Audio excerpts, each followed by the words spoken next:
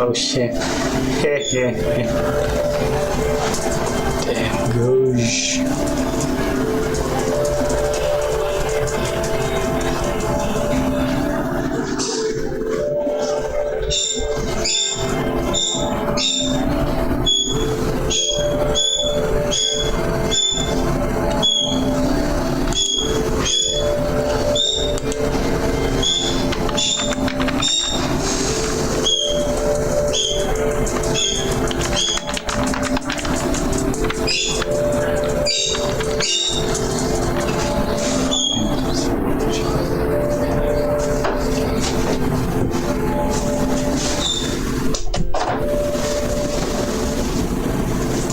Stupid fucking bird.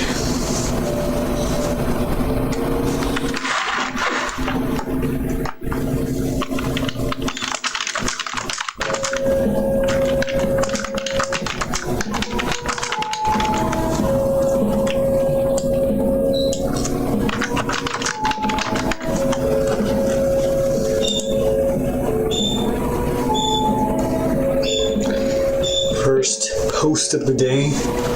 3K. Damn. Some baddies on a guy online. Shit. Kinda has a strange like eye socket thing going on. It might be a filter or something, but either way, tubes. I totally would. Oh jeez.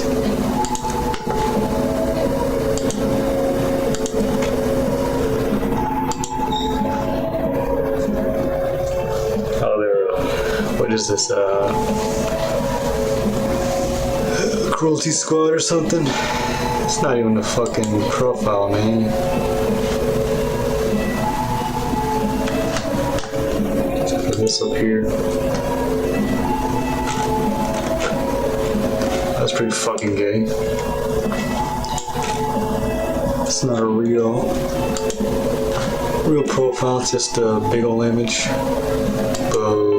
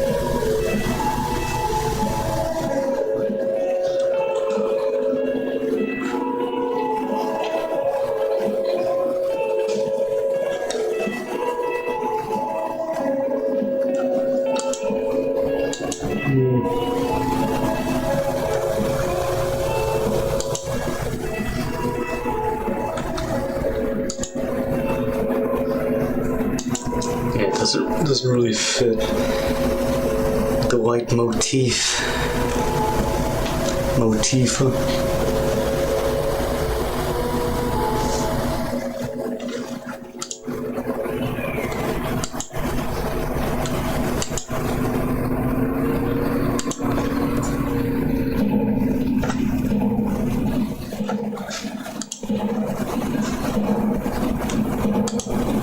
Whoa.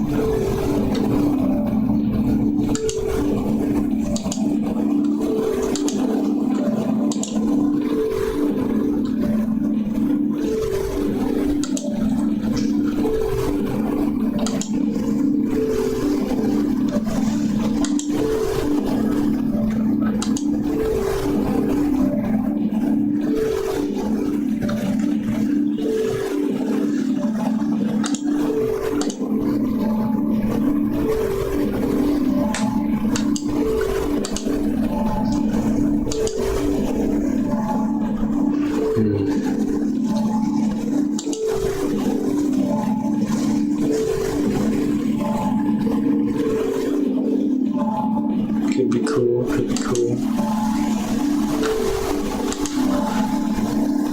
Yeah.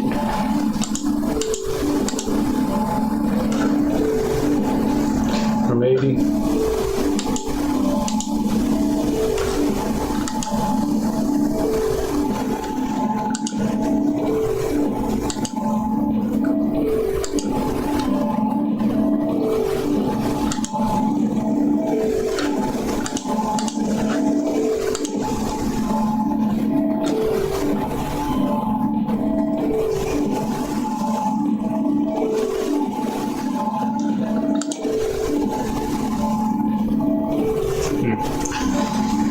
Some black pants to make it stand out a bit more.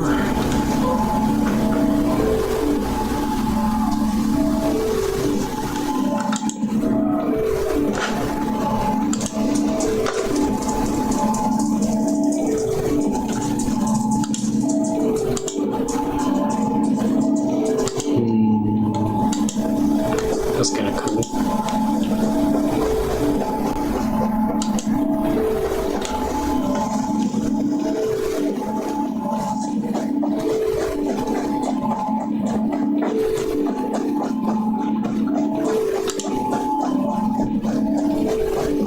Alright.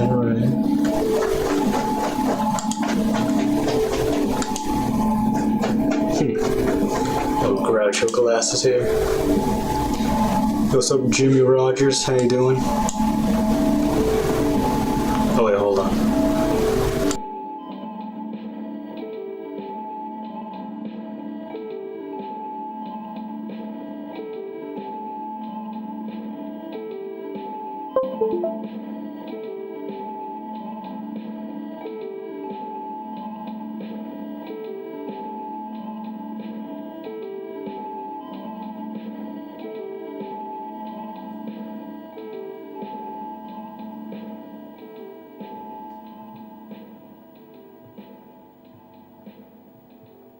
There we go.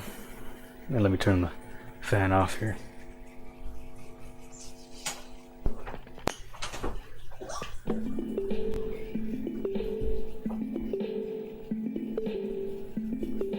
How you doing, man? I'm just here chilling, customizing that old Gaia avatar on this lunar eclipse full moon kind of night. The moon was motherfucking huge. Like an hour and a half ago. Truly impressive.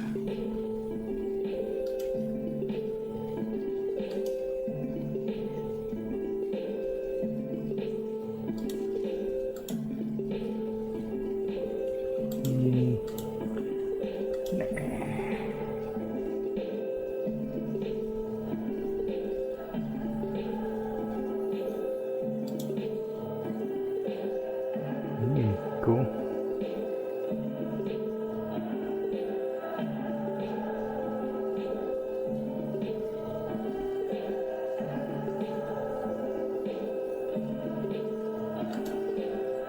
Oh.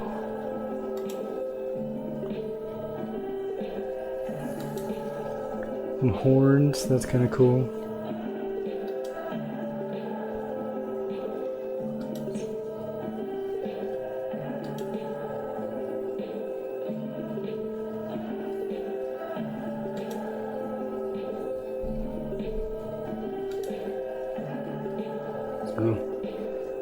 It's kind of cool.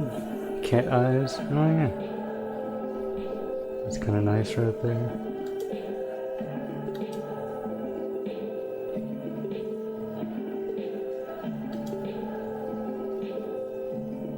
Oh, it's on the outside of the fur coat. Nah, it's not gonna work out. Need some doves in the ear. Yeah.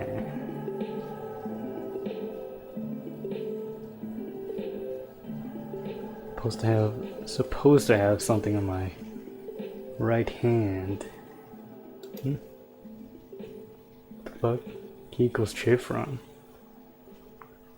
Oh. I think I must have won this or something.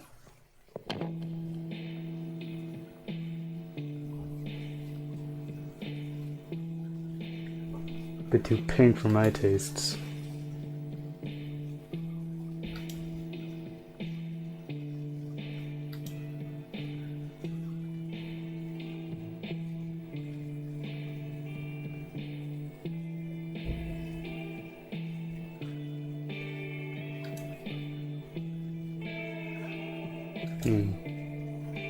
Do the hair.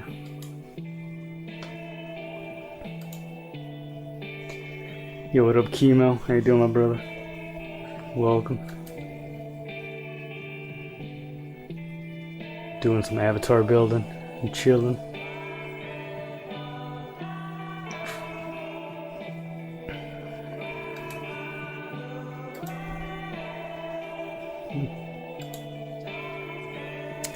Oh, I guess I can't have something in my right hand if I want to use that thing right there.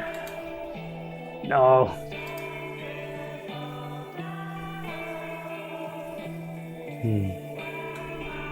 Unicorn.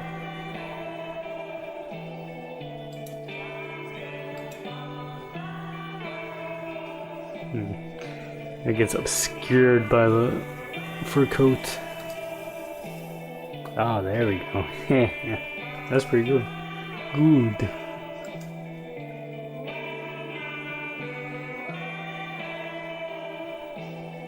Maybe a gun.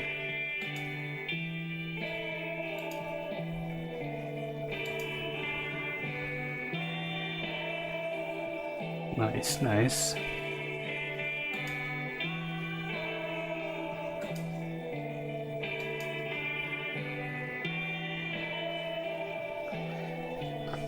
Got the Gaia version of a power detector here. You could buy from one of the shops, but it's there nonetheless.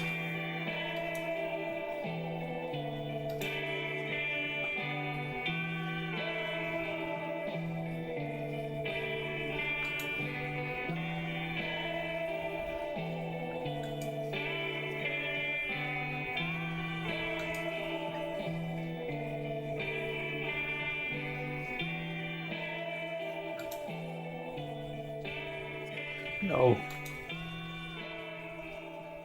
Undo, I mean.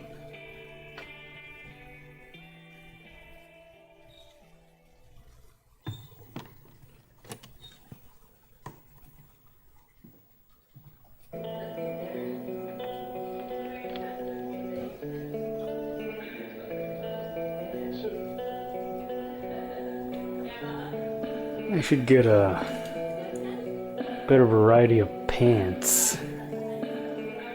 They don't really have all that much.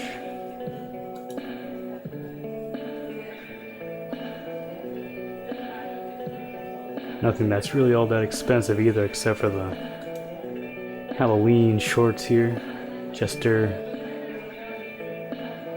puffy pants.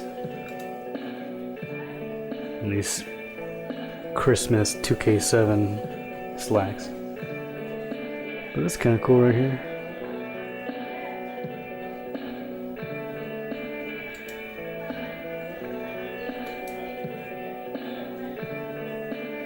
But yeah, I hope you guys had a fine eclipse season. Mine was cool. Went to practice with my band, with one of them, the one where I play drums in. We had a fruitful practice. The guitarist brought his chick friend. I don't know if they're boyfriend and girlfriend, but she was there. I guess she had been to one of our shows from the past year. She was filming us on her phone. That was kind of cool. And yeah, we went through all the songs, and the singer wanted to hold like a Halloween type concert cookout at his place on Halloween. Did I say that?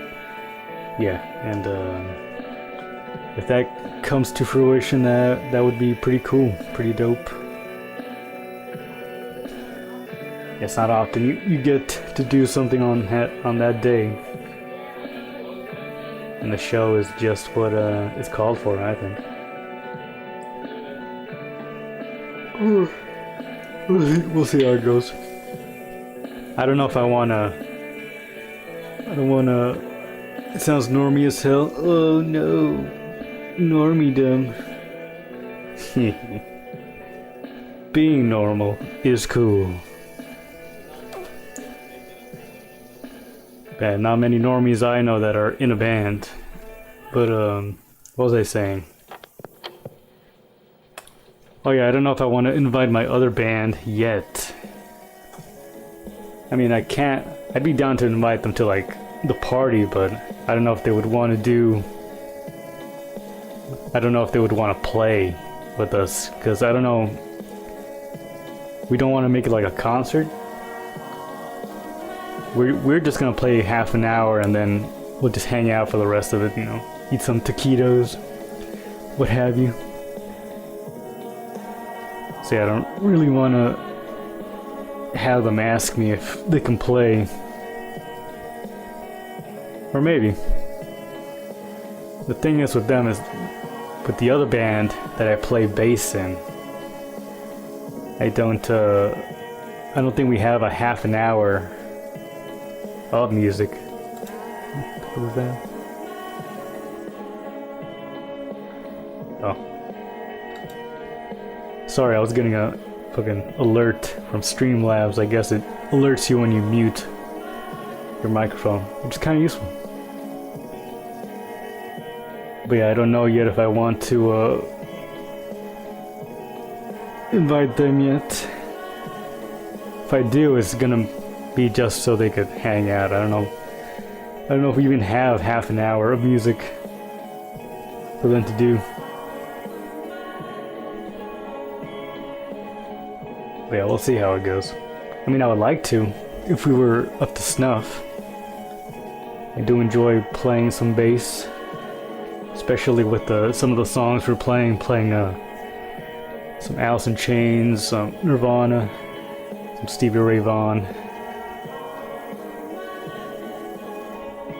But yeah, it's like Wood, 2 Nirvana songs, 2 Stevie Ray Vaughan songs. I don't think that would be maybe half an hour, maybe 20 minutes. But we'll see. Cate Le Bon, new album came out. I don't think I've heard of that band. Or that group. Or person. Who knows? I guess we could look them up. Cate Le Bon. Oh god, look at her. Is that her? Weesh. That guy with the zoomer curls and a big ass nose.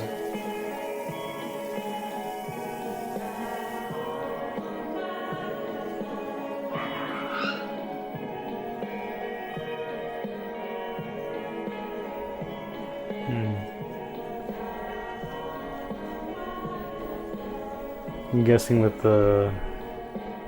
Oh, she did a Tiny Desk concert. It's gonna be some indie music. Indie style. I guess not all the way electronic, maybe maybe shoegazy, maybe a little bit emo. Let's see.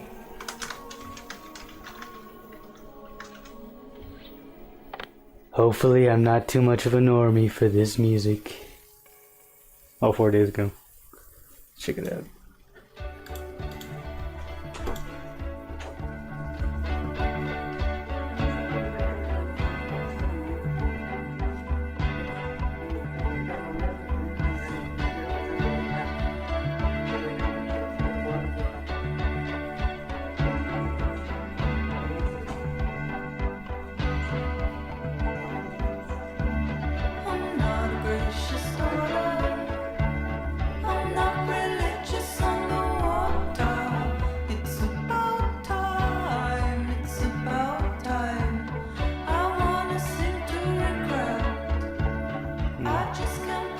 Well, it was indeed some indie music. Seems like the Needle Drop would really like this. Old Melonhead. Or it would be really accepted in the Pitchfork type crowd. It's fine.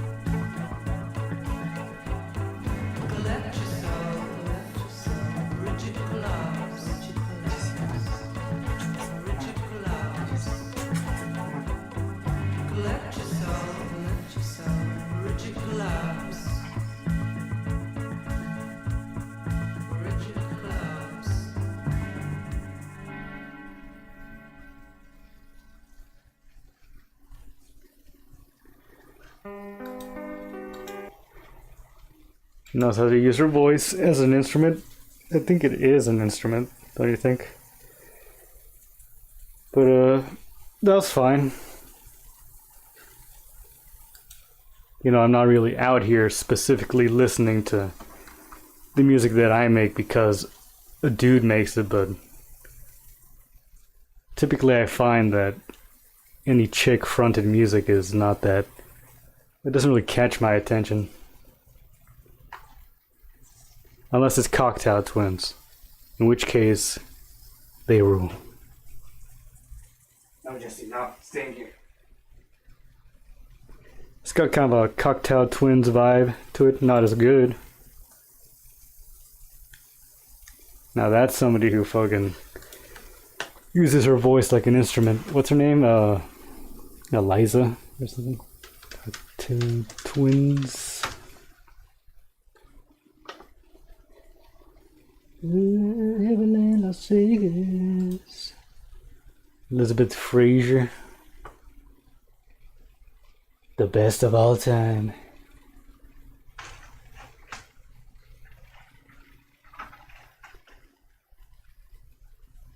But yeah, I'm not really out here avoiding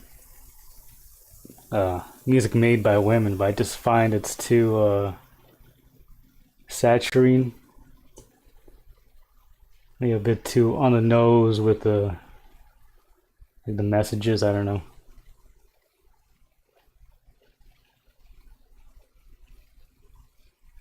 Typically it's too much about like, look, I'm a woman. I'm a woman artist. Whoa.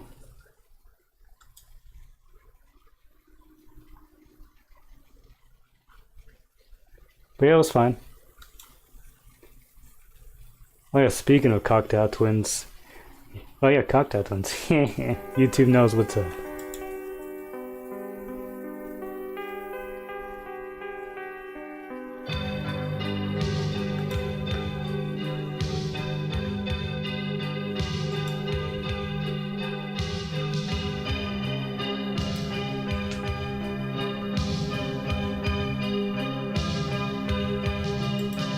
Now this is great because there's actually composition to be filled out right here with the guitar and such. Yeah, chick fronted music. I'm not even into Bjork really. Like it's too much like that she's the focus of the music. Not much going on with the music, though it can be cool. It's fine music. It's like there's only so much I could even pay attention to any vocalist. I'll just take it.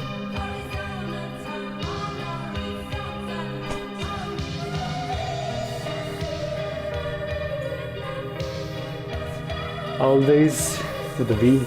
I'll check it out.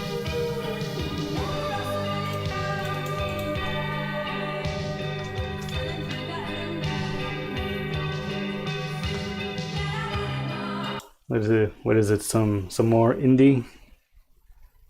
What's Super 8 footage with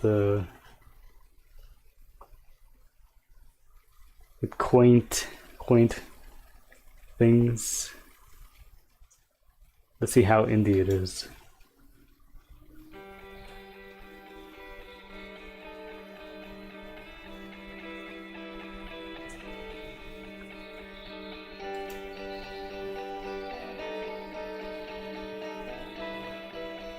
Whoa, Taro, whoa.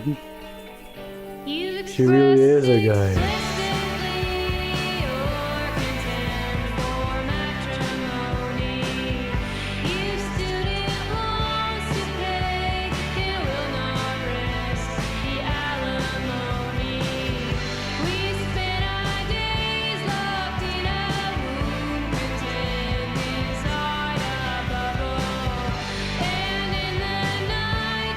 It's a little better.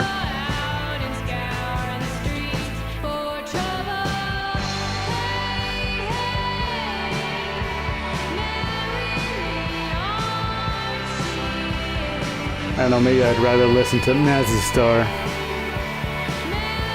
than something that's trying to be Nazi Star. That's fine.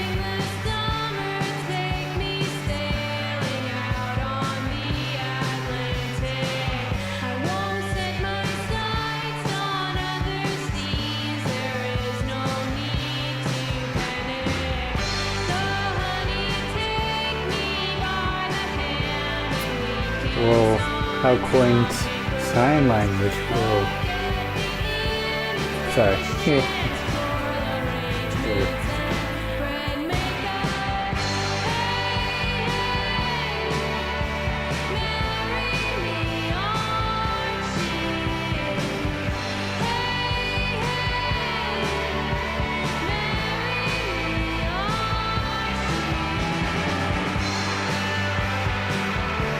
Yo, welcome back, Kimo.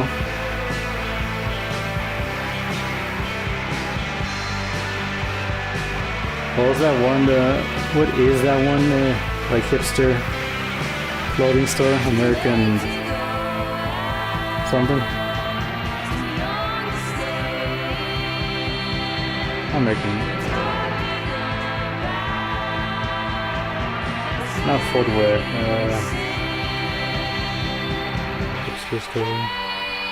Oh yeah, Urban Outfitters.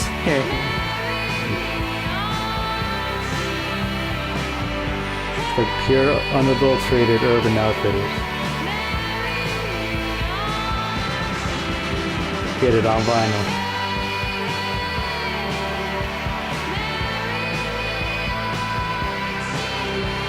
He's good looking though. There's two chicks in this band. What?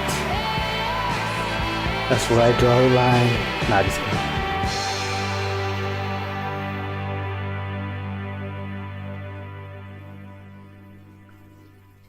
But yeah, not bad. 2014, 11 years ago.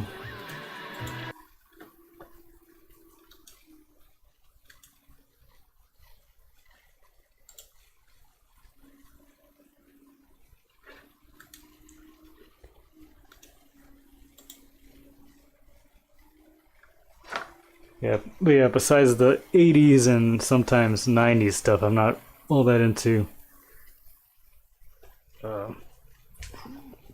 indie pop or nowadays it's pretty blended in with like emo or like post-punk, like the most flat version of post-punk emo that you could imagine. That's pretty popular nowadays. But yeah, I mean, you know, every now and then I'll listen to some fucking Smiths or something, or The Cure. But I'm mostly listening to fucking avant-garde music or fucking jazz fusion or something. John Scofield. Really haven't been on much of a music bend for a while now. Just re-listening to the same old stuff I have been listening for the past year. James Ferraro and such.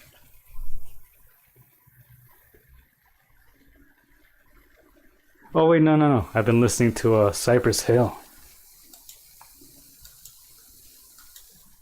Yeah, that record, I don't know if I could play any on stream, but let's try it out.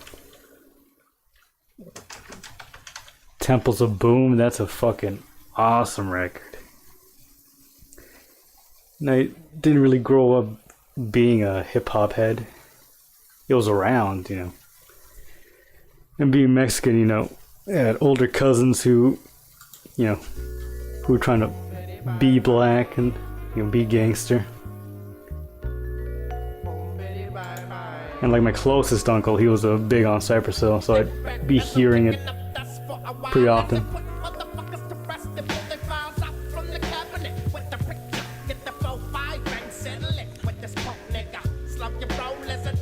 Yeah, this is the only thing breaking up the monotony of my ambient noise stuff and jazz fusion.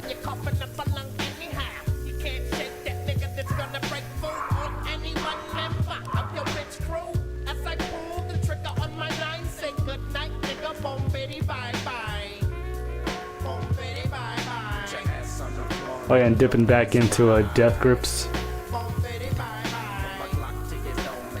Still great. There's like 3 records there that I didn't listen to because I stopped paying attention around government plates. The two Powers That Be records and Bottomless Pit I heard for the first time. Indie? Maybe part of the scene of a indie. Musically, not really, no. It's pretty avant-garde. It's a hardcore techno with rapping, whatever you want to call it. They're still, even 10 years after they got big on Moo, or thanks to the needle drop and Pitchfork, nobody really followed their suit. It looked for a second there that Kanye might have, like on Yeezus, but that record isn't all that good. Besides you know, On Sight, which is kind of a hardcore techno beat. But the rest of that record's still pretty mid, in my opinion. But yeah, they're definitely big with the indie crowd. But it's not really comparable sound-wise with the Always, I would say.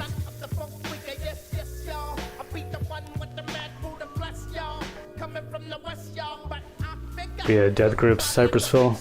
It hasn't really morphed into a general hip-hop phase.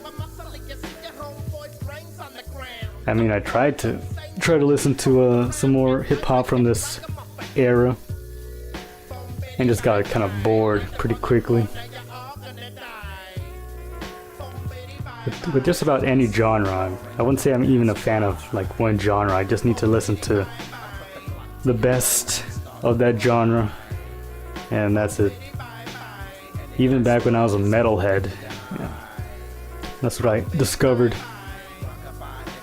You know, I couldn't really call myself like a death metalhead or a thrash metalhead because, you know, I like Slayer, you know, I like Death, and some few other bands here or there. But once I started to dip into more death metal or more thrash, I was pretty bored.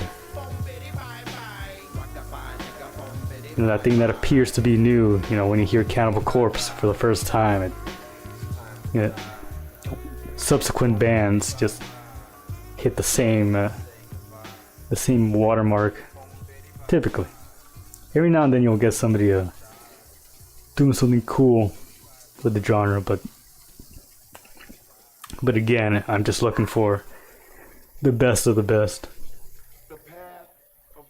Like, I really liked the last death metal record that I loved was Blotted Science, Machinations of Dementia. Oof.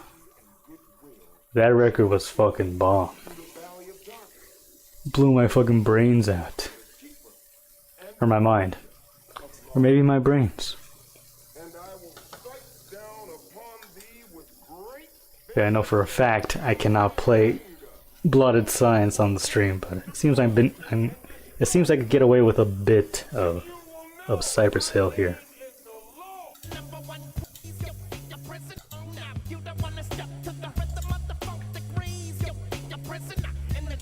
Yeah, Be Real's flow is very swinging, very unique. The beats, especially on this record, are very much like the cover. You know? Very dark, very spooky.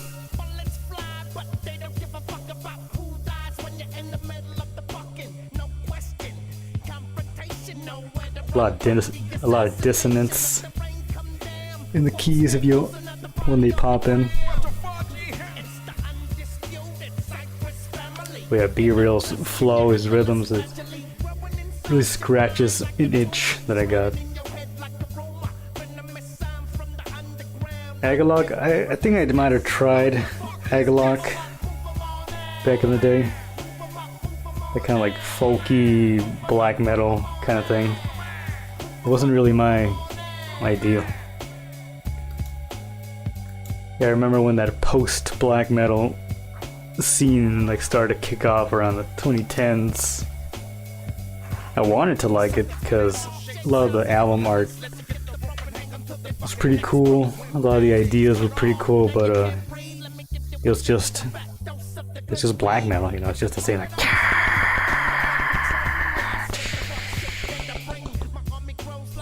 You know, I could only take so much.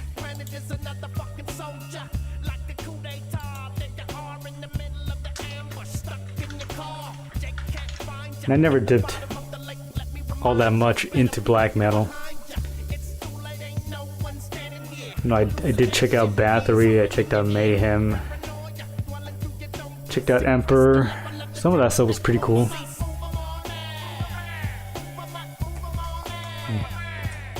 If anything, one of these days I'll check out Emperor again.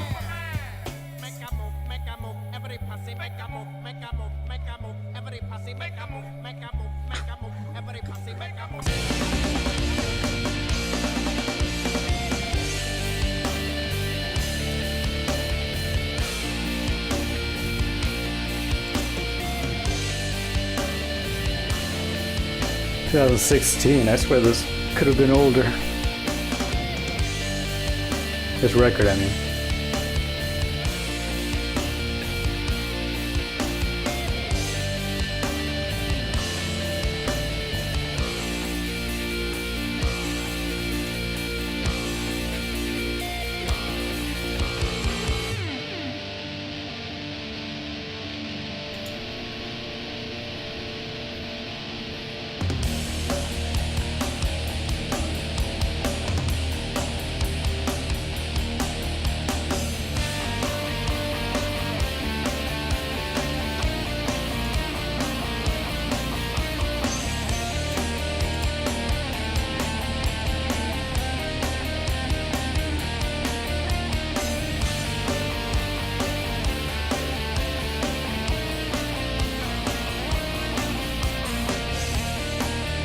Not bad so far.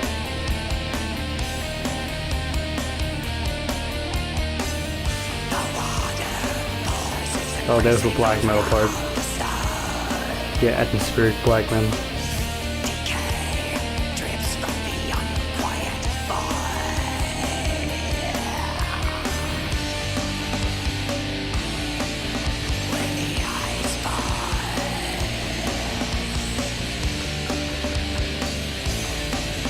Not bad. In terms of it being a black metal song, it's definitely like a different song as opposed to, you know, just the same old blast beats and strummed guitars.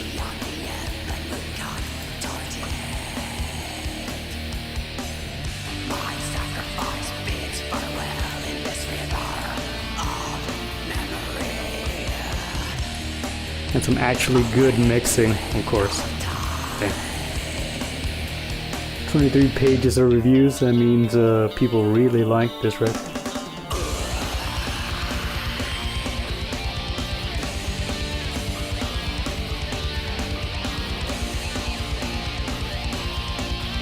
What the fuck? What kind of start of a review is this? For some reason, I eat a lot of bread and butter pudding. It wasn't until I was writing this review that I knew why. I didn't really like it at all. It tastes decent, but not too great. But the reason why is pretty much the same reason I listen to Agalot. Agalot. I listen to Agalot. Pretty simple, really. Bread and butter pudding. Like this album. It's fairly pleasant. Has a fairly nice texture. Goes down well. And doesn't give me constipation and whatnot. Wow. What a review. Is it praising it or is it shitting on us?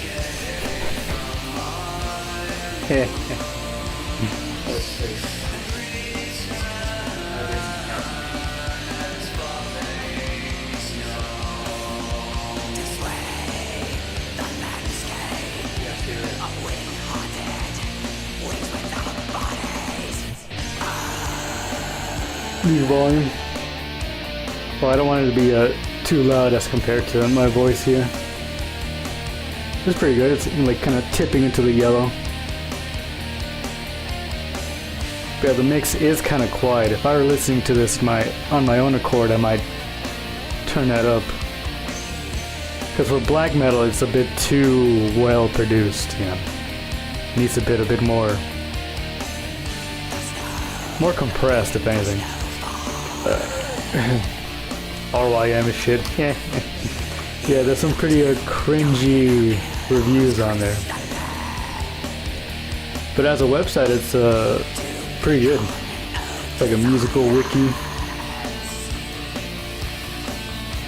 Tends to have more info than Wikipedia at times. And I really like the sum up of the genres. They tend to be fairly accurate.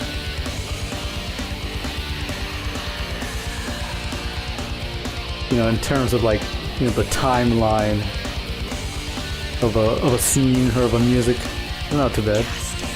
No, so you gotta stay right there.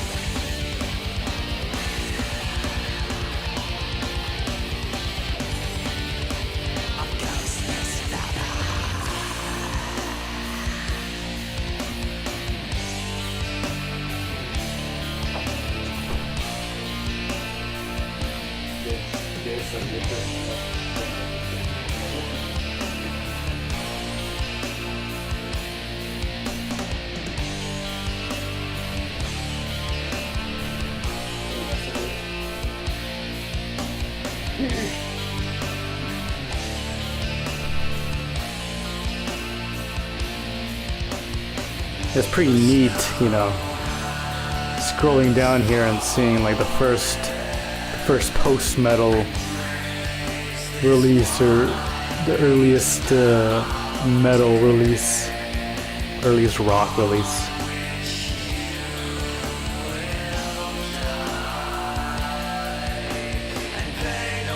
A lot of stuff, it's kind of interesting, like with surf rock. You could discover a lot of stuff you would have otherwise not have known. Like this song right here. What's the name?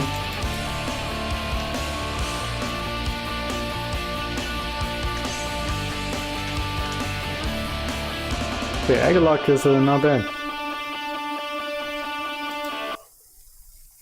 A lot less, you know, one note in terms of black metal. There's some actual, you know, songwriting that was a lot different. So yeah, Agalok gets a thumbs up in my book. It was good like 15 years ago, really. I just kind of started using it recently, just to get a more info on like certain artists or certain things that an artist has done that wouldn't really be listed, like say on their wiki. I mean, you could kind of use what's the other website? Discogs. Discogs is pretty much the same thing, just it doesn't look as cool. Yeah, the dark blue with the gray thing works really well. And I really resent any kind of a web page or any kind of web image that is stark white. You know, it fucking stabs me in the eye. Yeah, I guess it's good if you're new, but the rankings are whacked. Yes, that is true. I did notice that fairly early on, like just looking at the top ranked of any genre, really. Looking at the top ranked and seeing stuff from like last year or this year. Even in like classic genres, it seemed very strange. Like maybe it was rigged or something. Like somebody knew somebody at RYM and they had them bump their shitty whatever music up into the ranking. Very strange. So yeah, watch out for the top recommended or top rated stuff there. You know, it's not going to be all that accurate, but yeah, that is something I noticed. Very true. It's good for 60s, 70s, 80s, 90s. Yeah.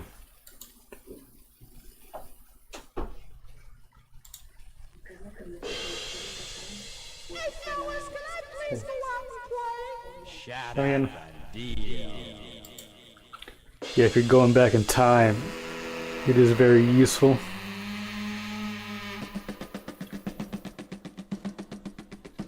I even went down the ragtime rabbit hole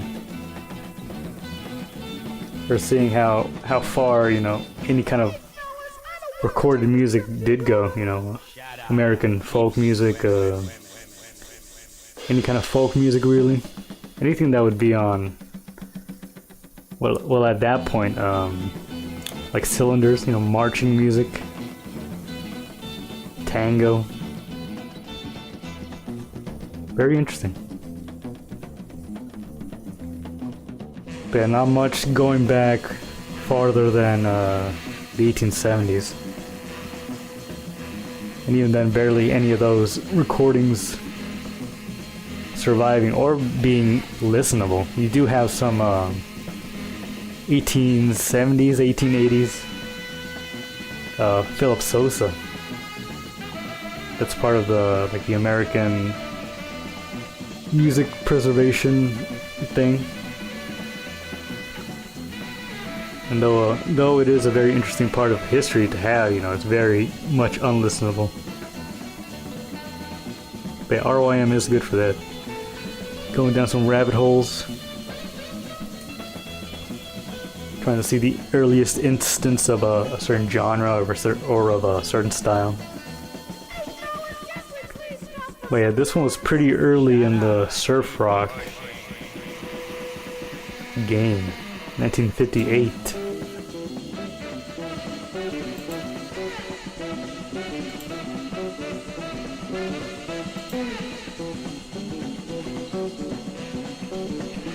Kind of Latin-y, I guess? I don't know. Like pseudo-Latin-y.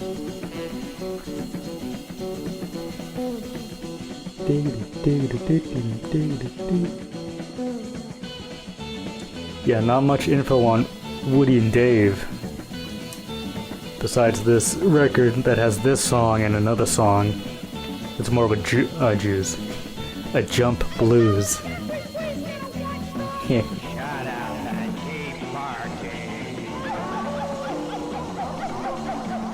Pretty neat song though. But in the same era of the late 50s, you would have Dick Dale popping up and doing his thing.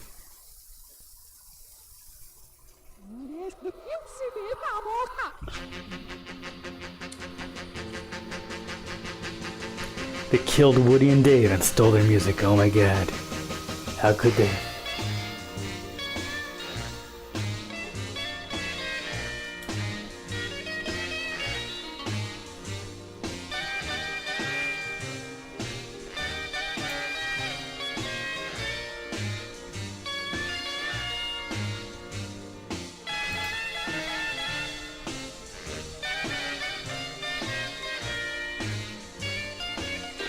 But yeah, like old time country, old time rockabilly music.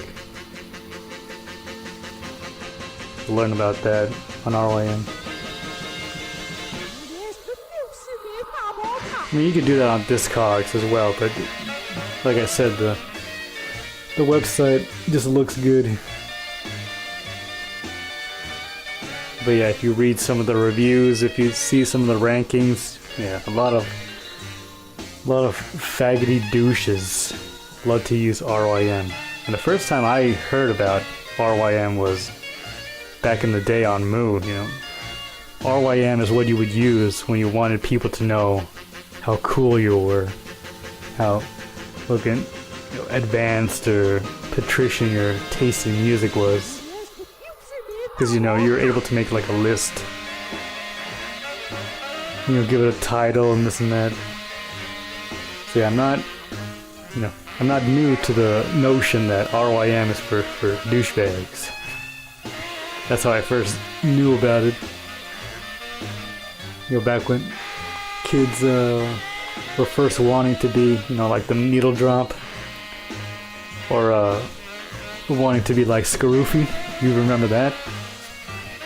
You remember Skaroofy? Oh my god. That man is very strange. Because he would give some pretty fire music, like sevens or... Yeah, like sevens. But other stuff... Like 10 out of 10. What is a Skaroofy 10 out of 10? I think he gave a Beatles a 10 out of 10, which I love the Beatles, but personally, Uh, well, maybe I might give some Beatles some 10 out of 10.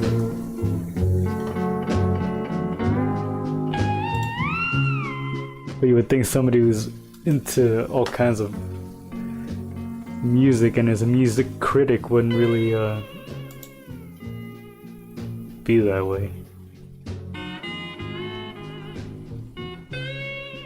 Most infamous position is his views that the Beatles' massive success was not due to their musical greatness but to their accessible, non-innovative music that was easy to market to the masses. Maybe the early stuff, yeah.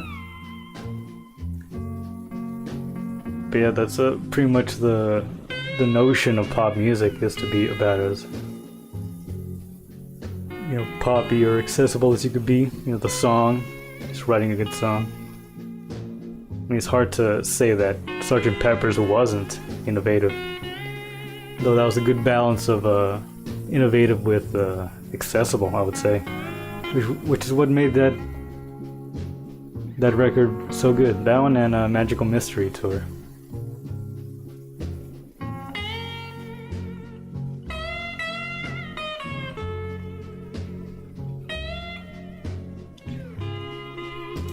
Oh, did he give Trout Mask a 1? Oh, really? Oh, shit. That's very funny. I mean, I love that record. And though I get to see, you know, Scarufi as a fucking pompous music critic, as a kind of person to give this record number 1. I mean, I love the record, but you could do without the 3 spoken word tracks. You could have some better mixing, especially being mixed by Frank Zappa.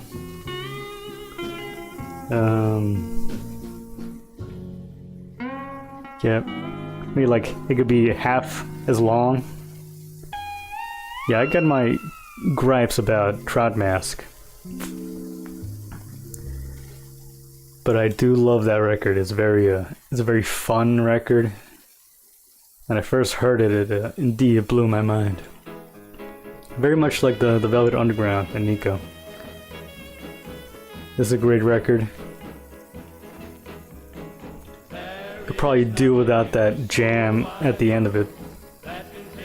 Faust, I felt like I've tried to give Faust a number of chances, especially back in the day. But I ended up being more of a fan of Can and Noi. There's just more songs to be had there. Robert Wyatt, I don't really know Robert Wyatt.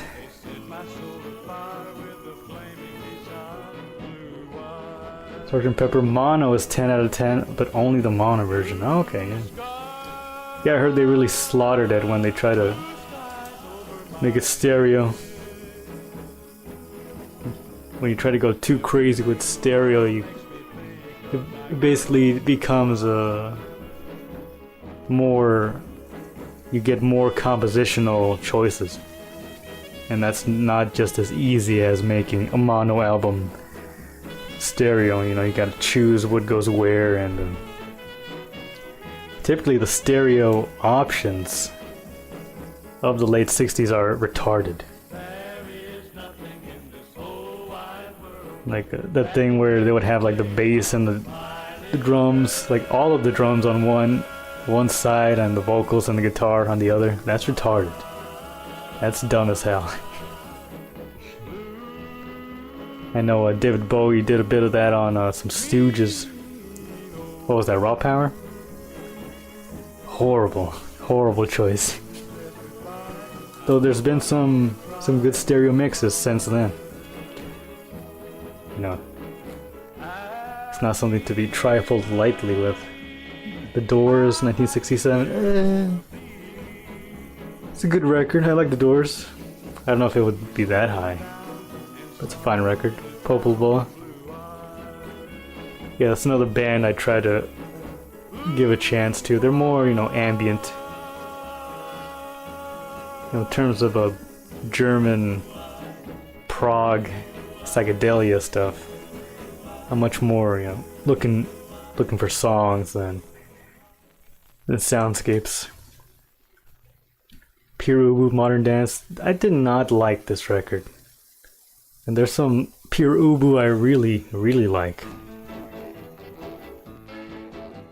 But yeah, every time I've tried to give this record a chance, it's just, it's not that good, really. There's better Pure Ubu out there.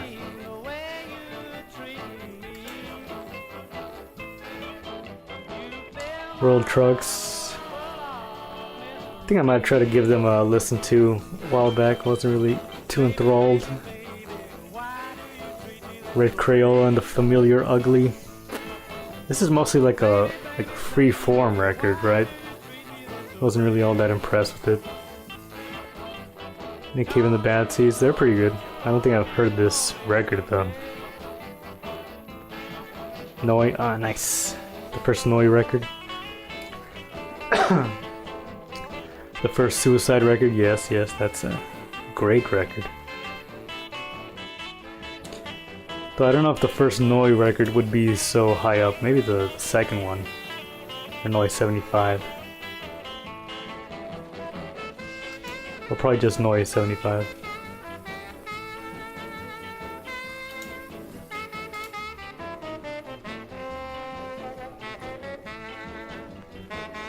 Though there are some good tracks on too. Oh. Van Morrison is great. I don't think I've listened to Astral Weeks all the way through, but Van Morrison is good. Residence not available. It's not my favorite. I'd probably put Duck Stab, Buster Glenn in there. The first record, the first album. Meet the Residents, really good. I do enjoy me some Residents. The pop group, they have some good songs, very noisy, chaotic, post-punk music. But I can't say I listened to this whole record, or if I did, I wasn't all that impressed. Loveless, that's a great record. Butthole Surfers, I like the idea of the Butthole Surfers. But musically, they've never really snagged me. They got some great ideas. Great songs, you know, Graveyard and fucking that one hit, you know the one.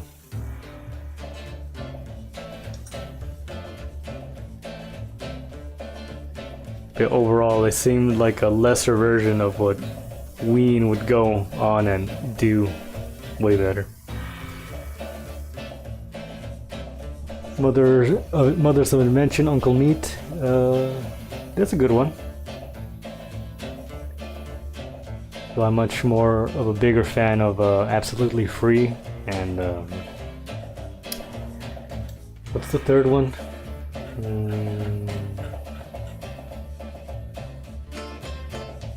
We're Only in It for the Money. Oh no, Absolutely Free is the third one. We're Only in It for the Money. That's a fine one. Freakout's pretty good too. There was a while that I thought that early Zappa stuff didn't hold up, but I revisited that stuff recently, and it's still good, I gotta say.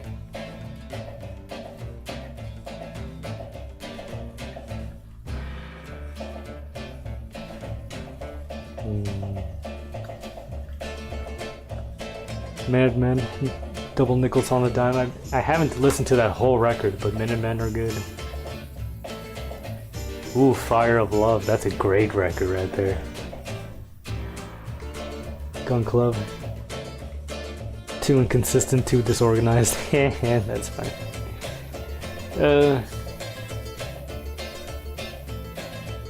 Some of the songs kind of drag on, but considering the Gun Club never made anything like it after that, you know, it's a top record.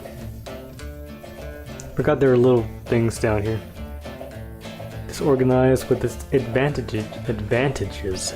So many memorable moments.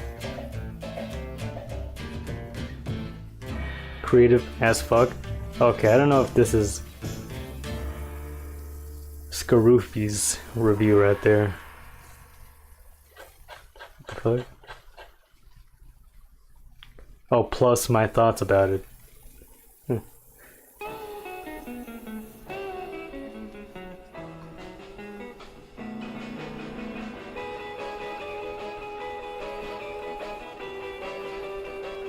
Yeah, no need to read the thoughts from the guy that's down there.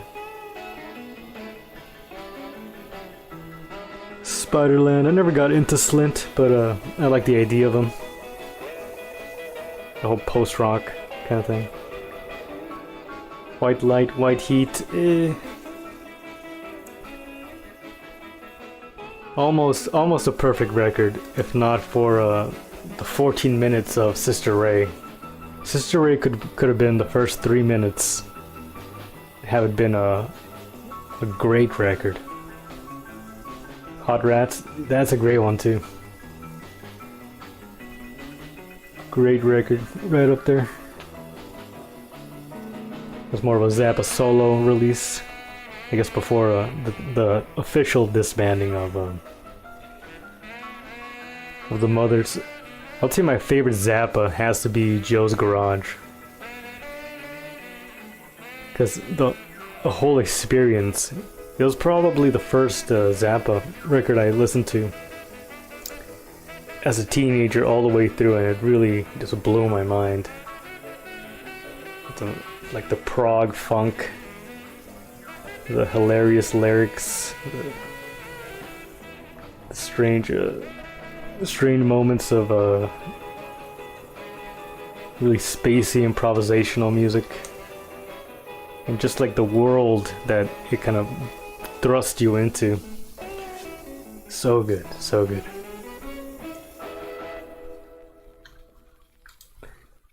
Some more Beefheart there, Safe as Milk. I don't think I listened to that one all the way through. Springsteen, The River.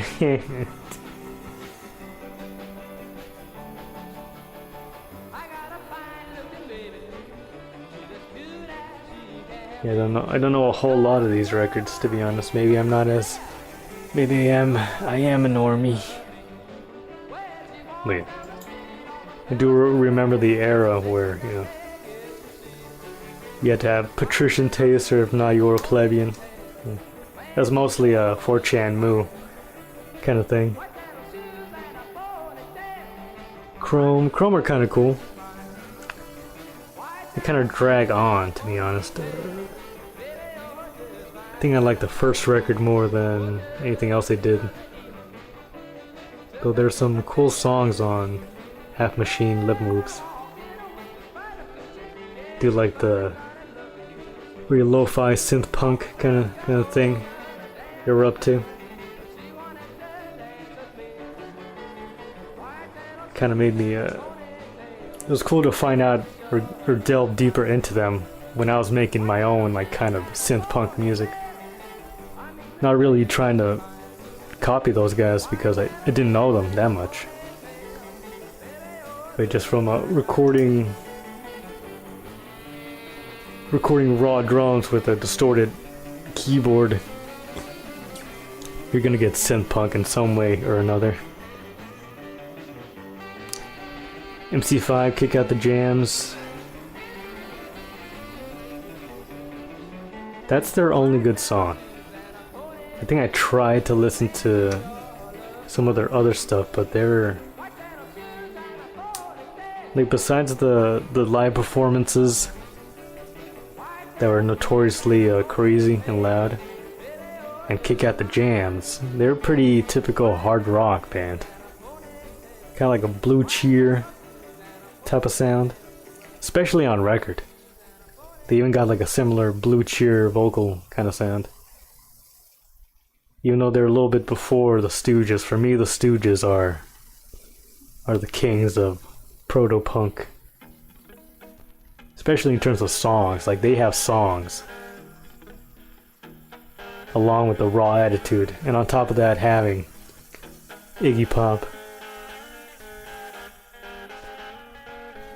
Nine Inch Nails, nice. King Crimson.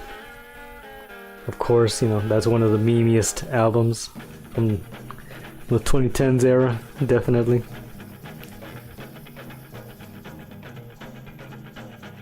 A lot of Nick Cave on here. I personally, I really had my mind blown by The Birthday Party. The Birthday Party fucking blew my fucking mind. Odd time signature, dystopian post-punk, slightly jazzy, slightly rockabilly, chaos. So good. Yo, what's up, Fishman? How you doing, my brother? Welcome, welcome. I'm just going through the Skaroofy Top 100.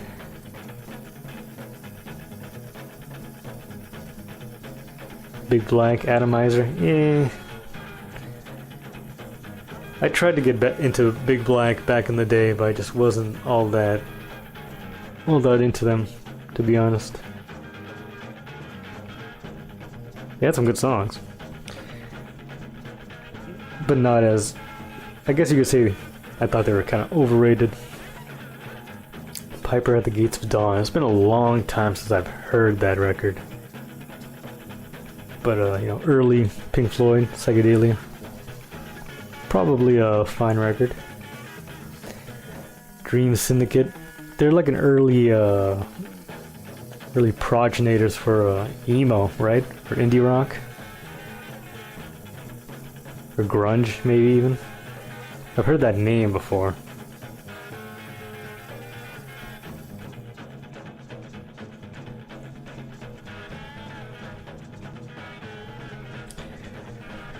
Second, Klaus Schulze. German atmospheric electronic. Dead Kennedys.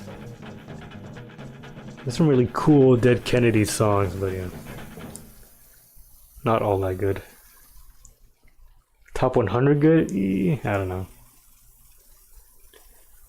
But I love the guitar sounds on some Dead Kennedys records.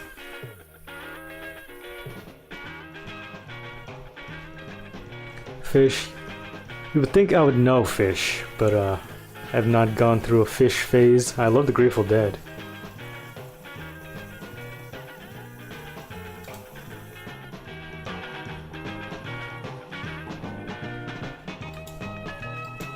Listening to some old school rockabilly. Dead Kennedys, Gay, Jews, yeah. Jello Biafra and their bassist. Pretty Jewy. Pretty cringy in the politics.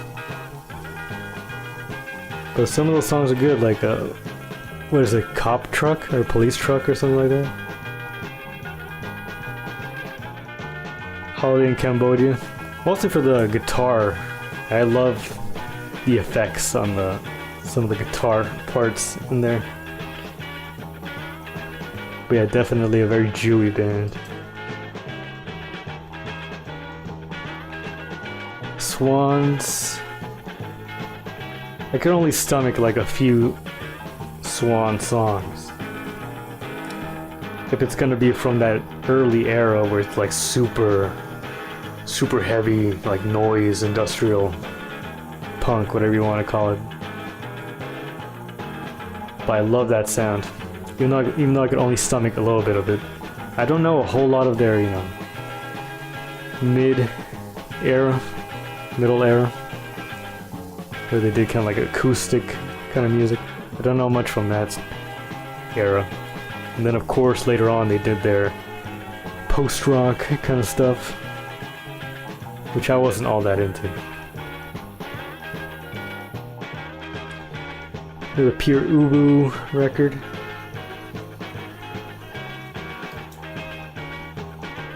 What is what's the record I'm thinking of? Is it Art of Walking? It wasn't an album, it was like one of their... It was like an EP Dove Housing. I remember liking Dove Housing back in the day, but upon re-listening, it was a bit grating. Like a lot of cool song ideas on Dove Housing. It's too much. Oh, here we go. Yeah, Data Punk in the Year Zero. This is a great EP. Only 5 songs, but I really enjoyed this one right here. Data Panic. There we go.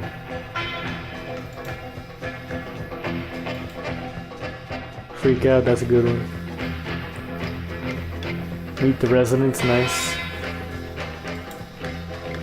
Some Dick Dale. Let's go. It's not Julier than Modest Yahoo. I only know the name Modest Yahoo. But they're like Ace of Base, right? Some kind of. Oh no, they're like Animal Collective? Something like that. Modest Yahoo.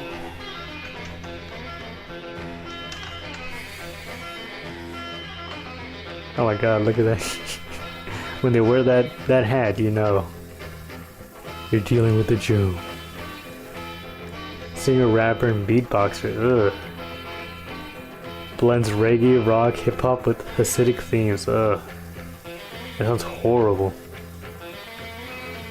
I don't ever want to listen to that ever. Jerusalem, of course.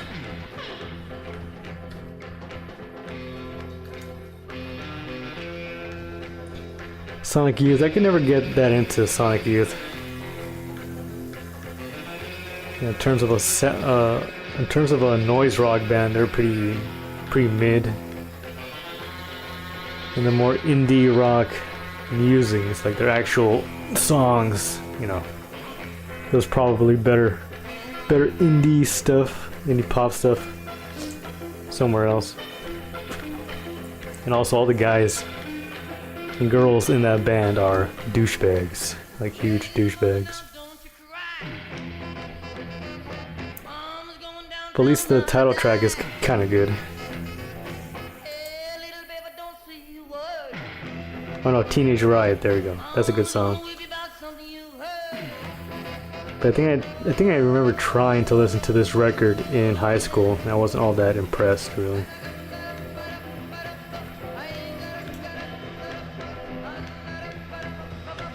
Joanna Newsom. I remember seeing that record around it. I guess in terms of like modern folk, it's not too bad. Mars Volta. I could never really get into the Mars Volta. You would think they would be right up my alley, but it's I just hear too much of a kind of like a 2000s rock metal thing going on there. Even though they're supposed to be like proggy or whatever, it's very like Hot Topic metal for me. But they're fine. They're not bad, but you know, they have this, you know, repertoire, not repertoire, huh? They have this image of being like a prog band. But I really don't see it. And I don't know that much from their previous band, which is, you know, post-hardcore, even more of that 2000s metal rock kind of sound. Neil Young, Tonight's the Night. I think I remember listening to that record. It's not that good.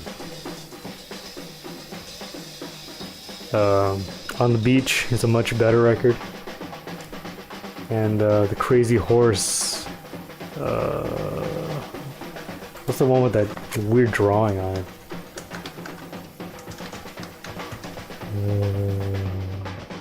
Zuma. There we go. That's a great record right there. Rust Never Sleeps. That's a great record right there. But even though this one has the story of it being filmed in one night, and he's drunk as fuck, depressed after losing one of his bandmates to a alcohol poisoning or something like that. It isn't all that good.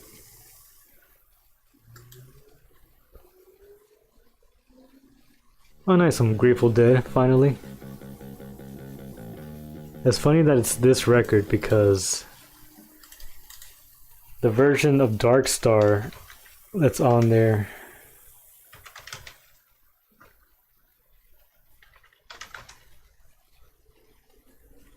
when I first heard this one is when the Dead kind of clicked in for me, because it goes into some very it goes into a slightly cacophonous, distorted freeform section, and then when it locks back into the main theme is one of those moments of oh shit. Like this live recording and also the China Cat Sunflower from 76 Paris. Yes, these two are what had me Grateful Dead pilled. It really blew my mind. You know, the improvisational aspect of the Dead really synced in, because before, you know, I'd tried to get into the Dead and I just thought this is just like country, like twangy country folk. I didn't really understand like what was so psychedelic about this until hearing the free form improvisational live stuff. And then of course the door opened to all of it. I'll play the Dark Star? Okay.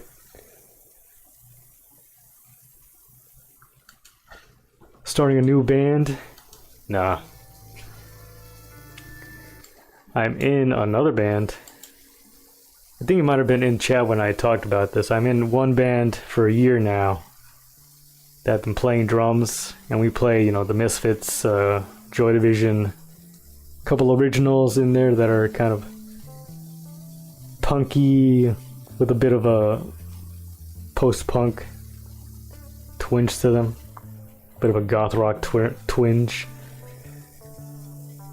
But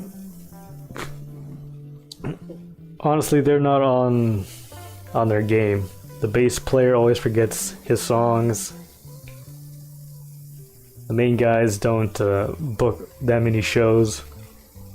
You know, it's alright, you know, they work as plumbers, you know, they're probably way tired after doing that all day to work on music. I understand. But yeah, I played drums for them, and then I joined another band, I think during the summer, on bass guitar. And no originals yet, though it seems that the guy in that band wants to write like Smashing Pumpkins kind of stuff. But we mostly know some covers right now, you know, Nirvana, Alice in Chains, Stevie Ray Vaughan. And again, not on their game.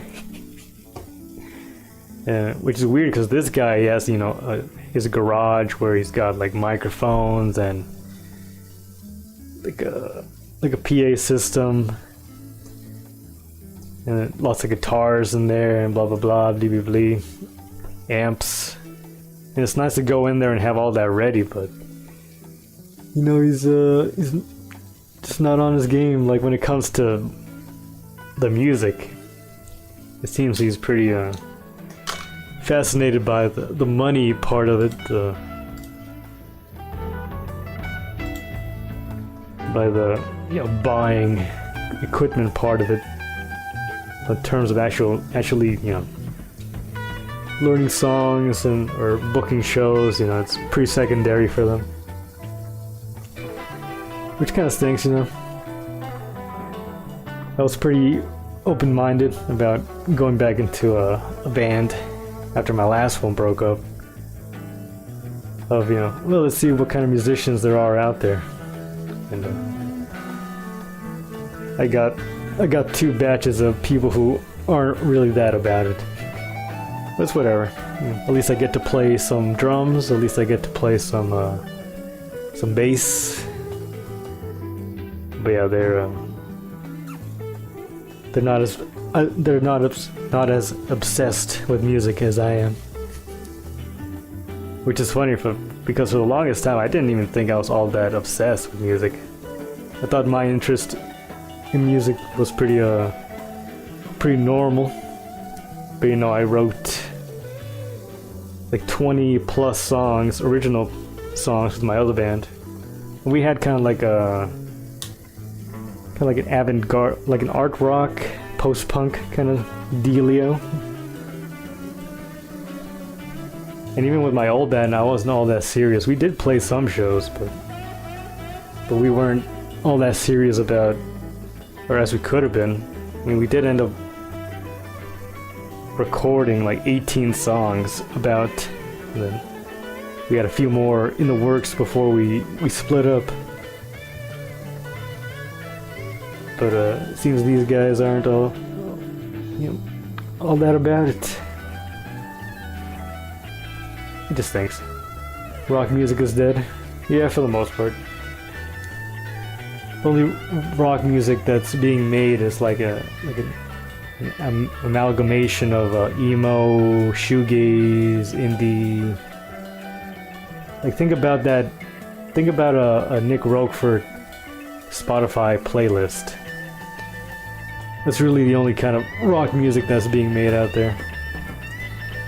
So that's kind of like derivative of The Cure or whatever emo bands are popular.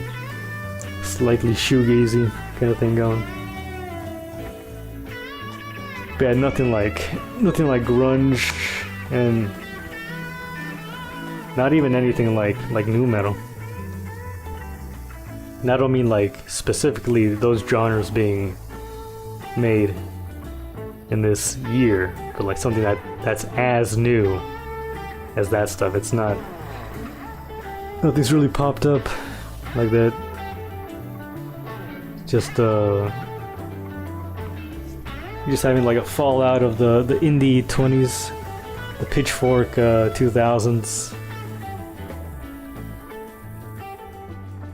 I guess we had a bit of a garage rock thing going on there, but even that music is pretty, for me it's pretty flat. It's just something that can be described as rock, garage rock, but nothing, but no songs. At least for me, I don't feel like there's any songs there. It's just like rock now, like pure rock now. It's not much of a balance of between the sound and a new composition. King Cobra wrote a lot of originals. That he did. And when he wasn't writing originals, he was pretty good at recontextualizing. Like Fuck Around and Find Out, you know, over that what was it, House of Pain song? Fuck around and find out. Rest in peace, Cobes. Kurt Vile. I've heard that name around. I think he might be a garage rock, right? Kind of like that. When I talk about garage rock, I'm thinking, you know, Jay Retard, the OCs, King Gizzard. What's that other group? Is it Kurt Vile? Which is fine music. A lot of fine music. I don't really think there is any bad music, if I get down to the nitty gritty.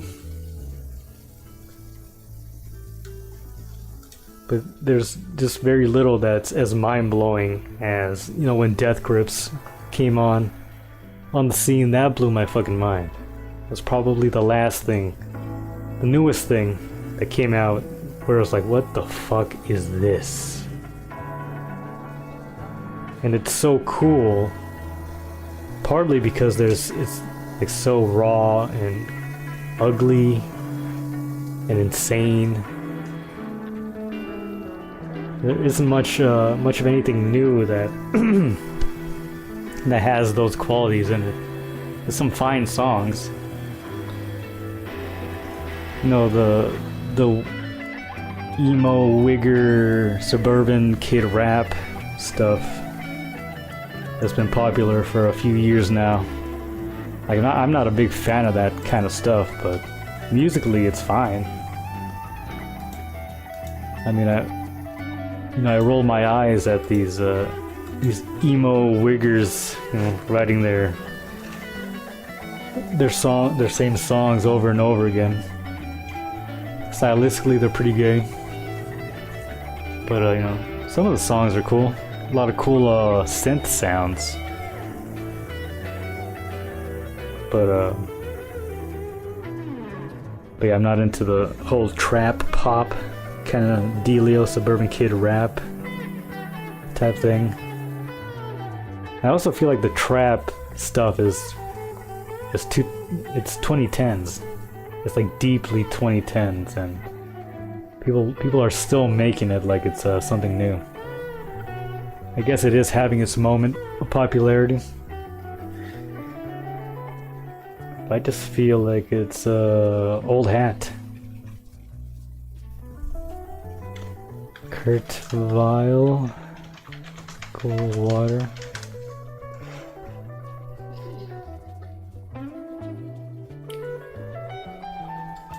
I think I've seen this album cover around.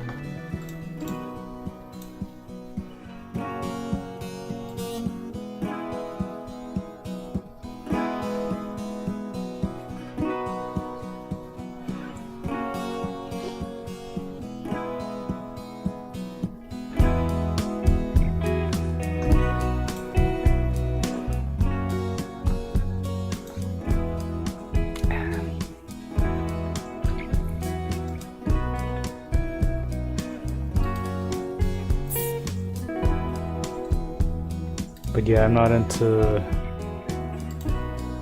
any kind of wigger stylings, whether it be, you know, emo rap or fucking hyper pop.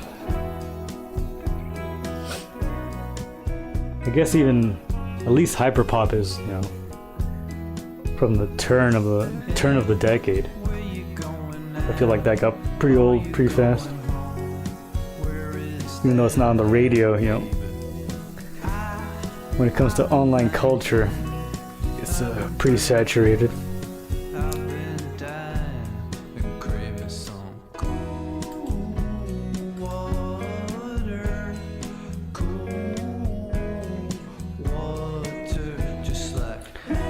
I think somebody sent this song in some time ago.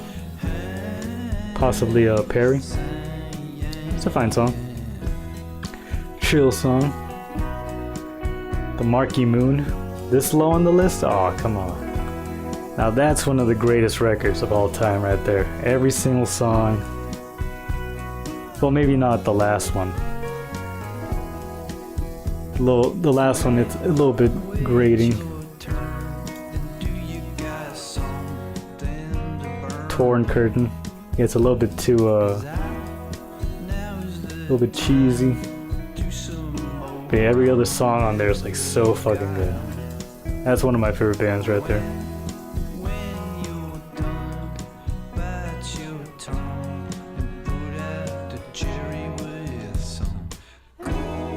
But yeah, it's very funny that Trout Mask would be number one.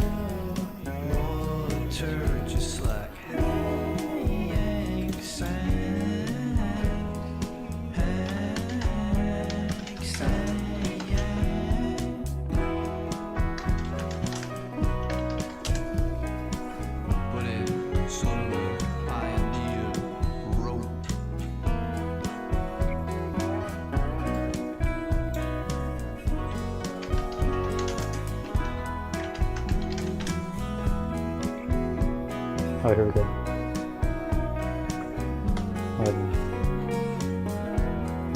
I swear there was like an AMV or something. Maybe they took it down.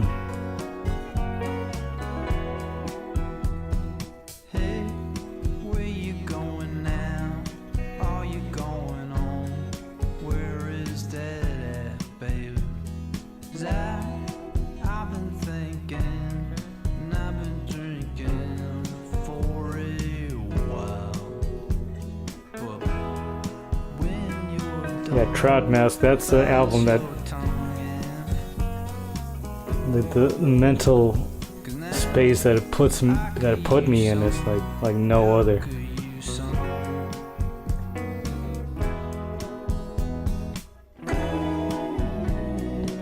Even though some songs are pretty grating, like it's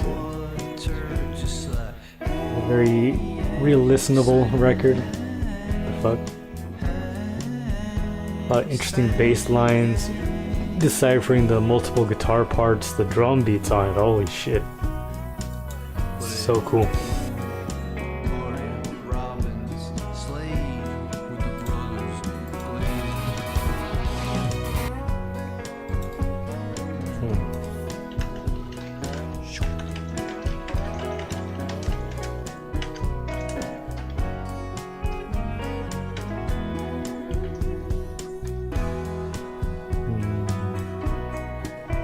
I swear there's like a little music video that had like pictures with the lyrics to the song.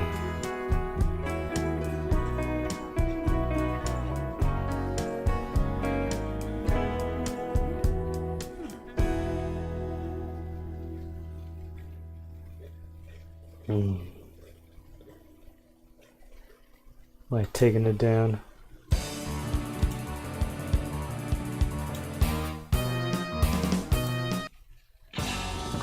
But yeah, that's a chill song, Curvile.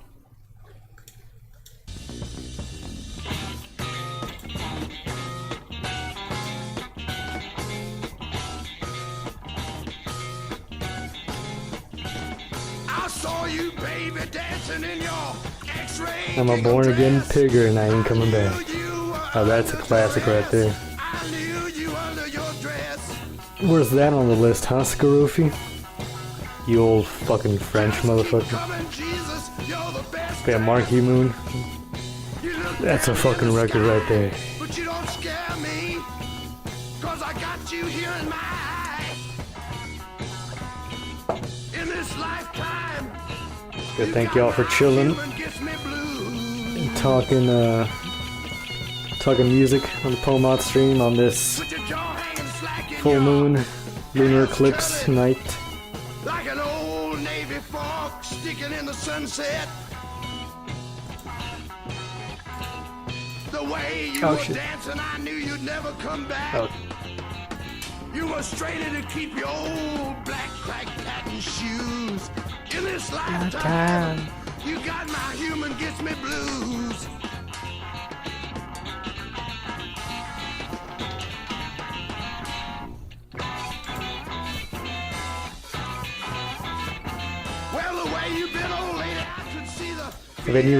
Have any of you guys seen an anime called Malice Doll?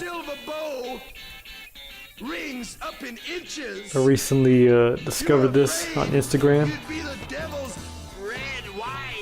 It's a CGI anime by the guy who wrote, or a guy who wrote On Lane, and the third season of Digimon Hellsing. Only 3 episodes and it fucking blew my mind. A very strange piece of art. Slightly sexual. I'm gonna try to watch a little bit with you here right now. But when I saw this the other night, I was fucking glued to the screen. It's very unusual for me to drop everything. Just pay attention to something, and this totally had it.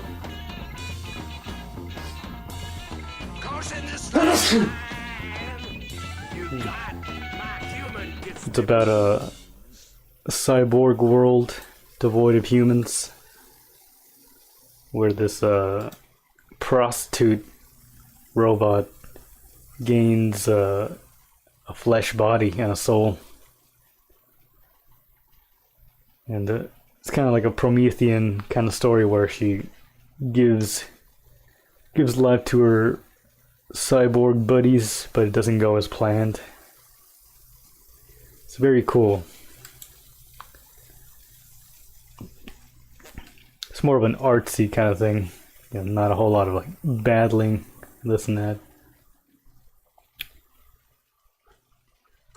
But yeah, it really grabbed my attention, especially because in my last musical project, this theme of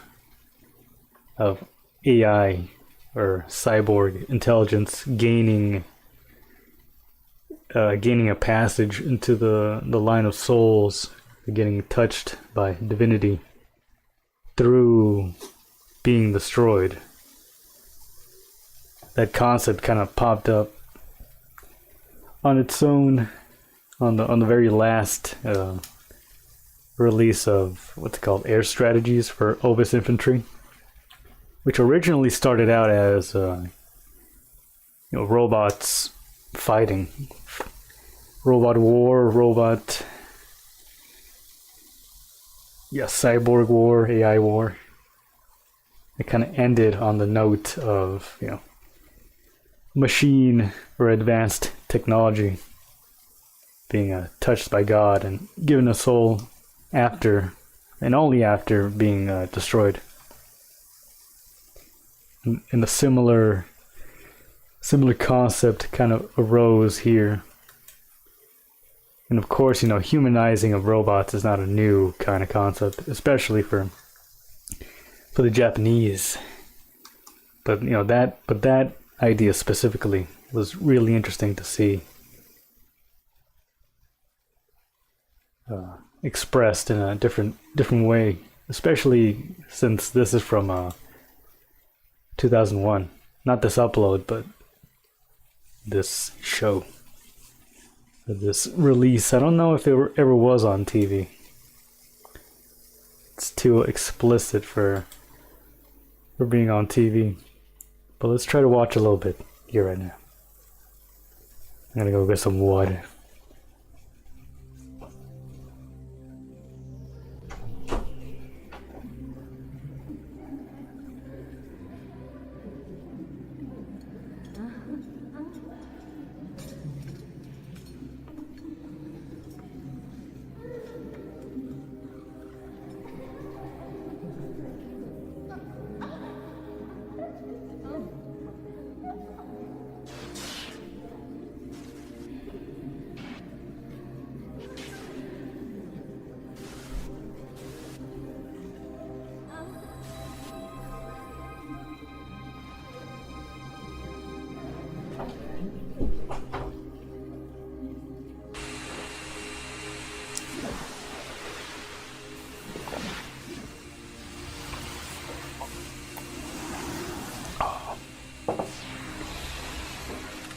Ooh.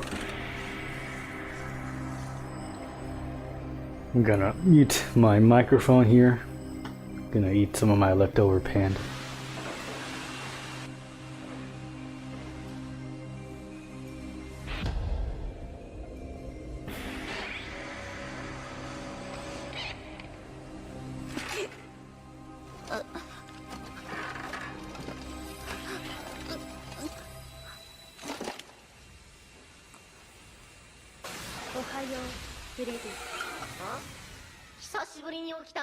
マリスドール、夢を見てたの。そいつは夢なんかじゃないさ、マリス。それはただの記憶だ。遠い昔の気を悪くしたかい、マリス。そんなことない。だって私はドールなんだから。今日も行くんだね、散歩に。だってそれが私の仕事なんだもん。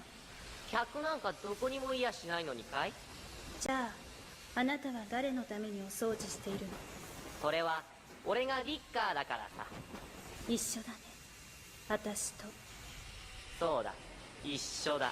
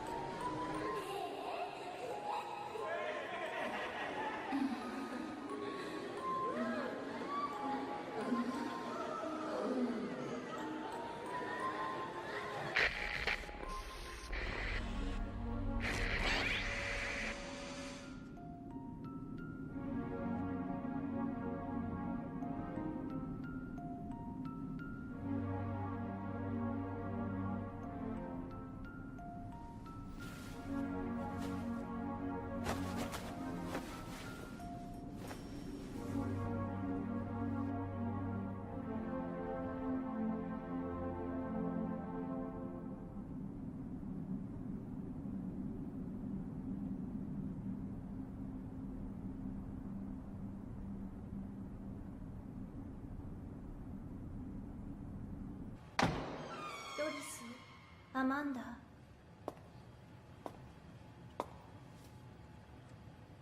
ドールはみんな眠っている。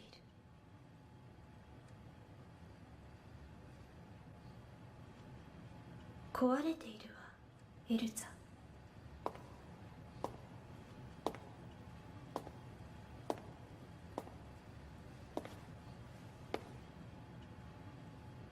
ヘザー、今日は憎たらしいことは言わないのね。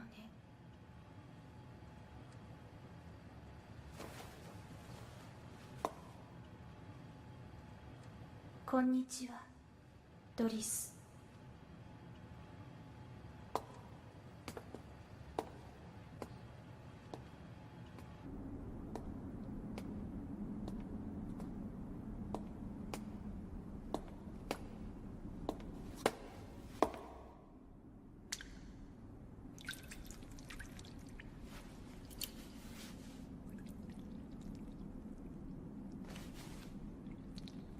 壊れているな、マリス。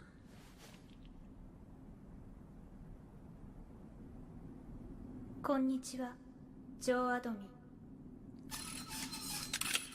おかしなところから冷却液が漏れている。私、壊れているの？壊れていない機械者はこの世界にはいない。皆そうなのだ。永遠を生きるにはどこかを直してゆくものだ。リペアラーに直してもらいなさい。トッドが上の階層にいるはずだ。ありがとう。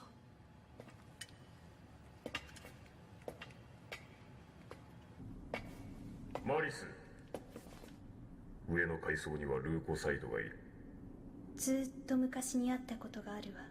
私たちを守ってくれる強いマシナリーでしょ。本来はそれが仕事だった。しかしデボというルーコサイトはその仕事を忘れるという故障をしている。もし見かけたら近づかないことだ。分かったわ。管理者のジョー。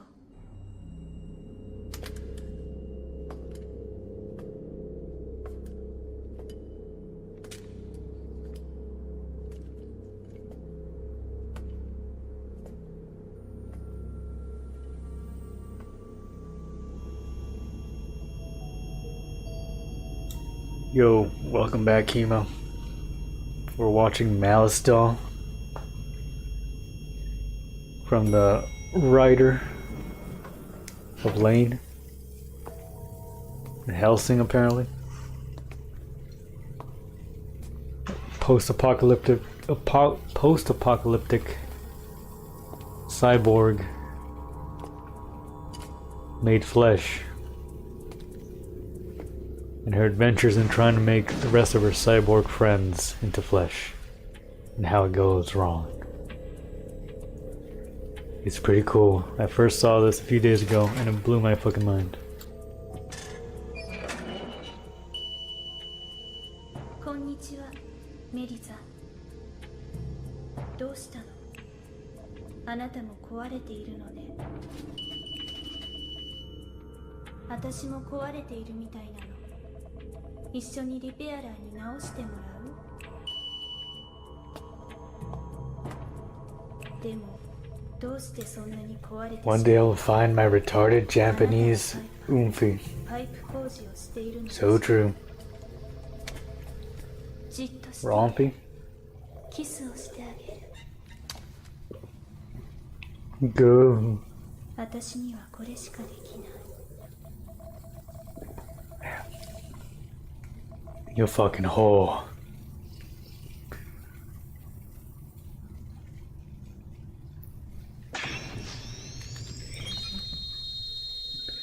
どうしたの？わからないわ。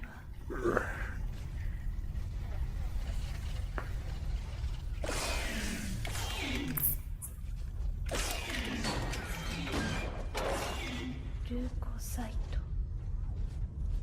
異物監視者。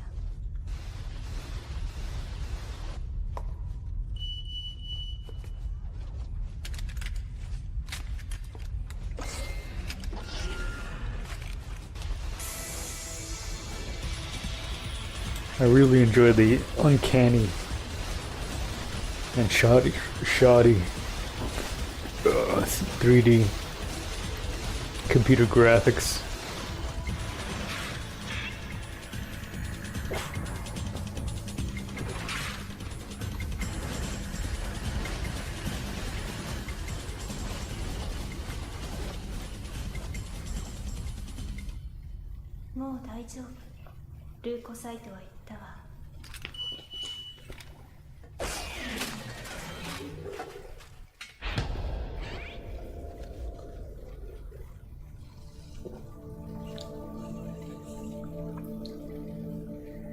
Kind of reminds you of PS1 horror game cutscenes. Yeah.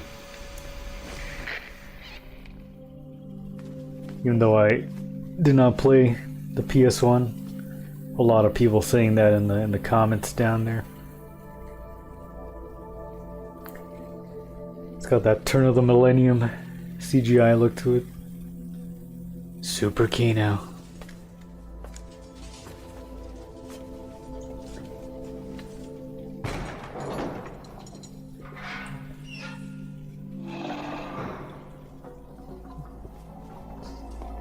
Ooh.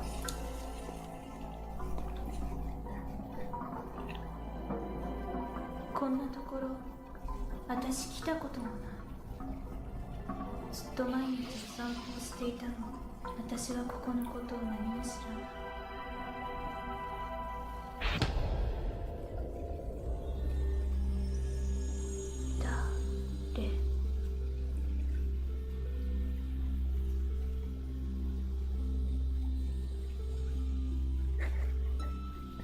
Games like this is why Nintendo is for fags. Yeah, so true. いないのにそこにいるだなんてあなたはいないでもいるそこに見えている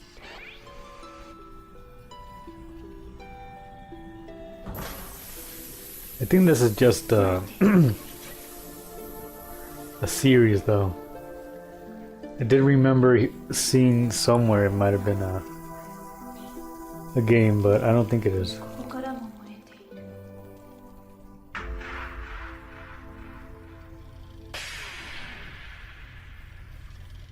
このままでは私は止まってしまうリペアラーを早く探さなきゃ誰かいる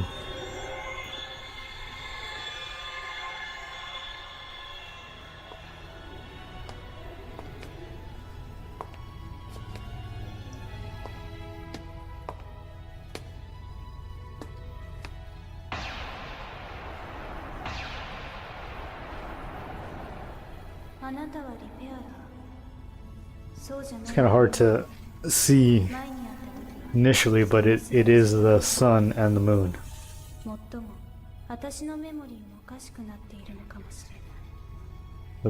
the black and white squares, seems to be some kind of symbolism for duality, and thus the material realm, which is not just material but also soul in body. 見て私故障しているみたいおかしいのだからリペアラーを探してたの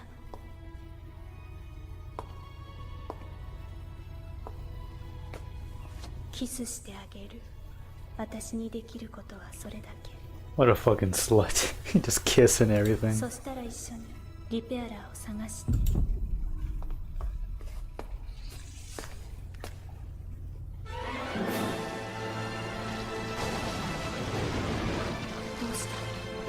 何をする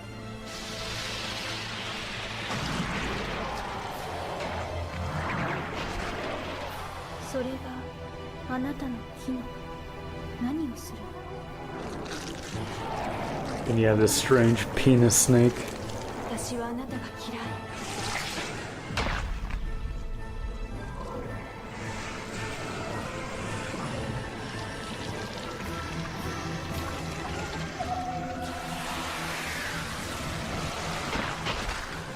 I wonder what that symbolizes. Whoa, goo. そんなことをしたら私壊れて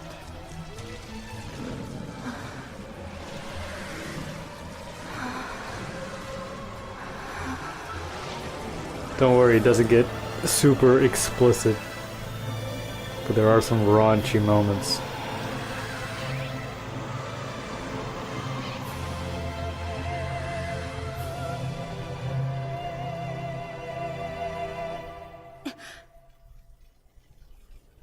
And now she's a human. Destroyed into life by the sun and the moon. メモリーがおかしくなってる Via penis snake. 変な夢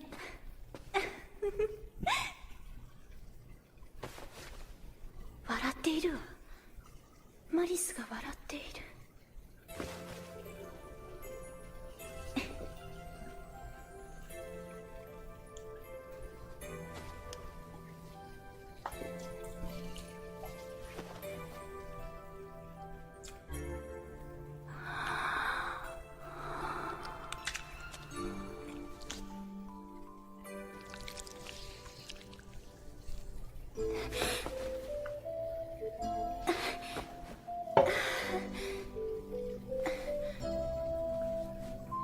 Go.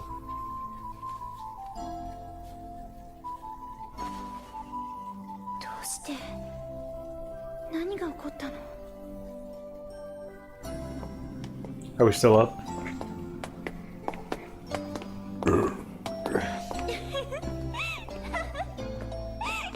ザー、ドリス、みんな起きて、見て、この私を見て。今までと違うの。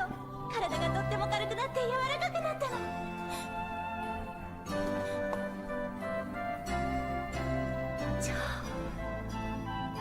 ジョー、見て、この私の体。確かに私はこの階層の管理者。ジョーという名前は仲間だけが勝手にそう呼ぶもの。それをどうして君が知っている？私、マリスよ。覚えていないの？マリス？ドールのマリス？そう、マリスドール。私の認識しているマリスはドールだ。マシナリーであってそれ以外のものではない。しかし今、私の前に立っている君は我々とは異なる存在だ。機械者ではないということだよ。私はドールよ。私は私。君はドールではない。やめてよ。何度も会ったことがあるでしょ。私が会ったのはドールのマリス。君ではない。そんなこと言わないでよ。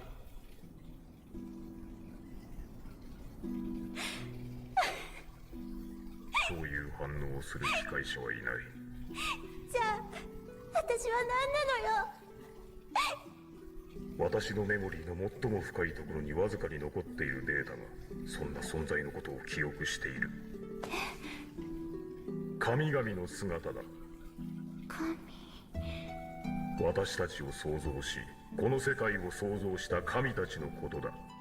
お客様のこと。ドールにとってはそうだったな。かしずき、ひざまずいて神の生殖を促す欲望を刹那的に慰めるのがドールの仕事。やめて。何を嫌がっている。ドールはそういう存在だったではないか。そうだけど、そういう風に言われたくない。ドールがドールとしてしてきたことを嫌悪するのか。やはり君はドールではない。やめて。やめてよ。神はもうこの世界にはいない。ドールでも神でもない存在はこの世界の秩序。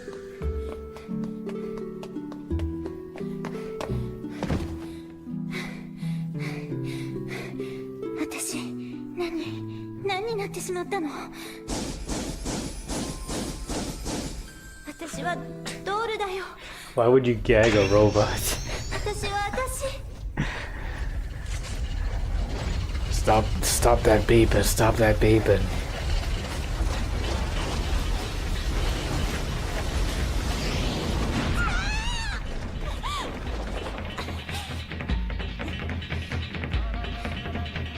ルーコサイト。私はここにいていいのよ。やめて。乱暴しないで。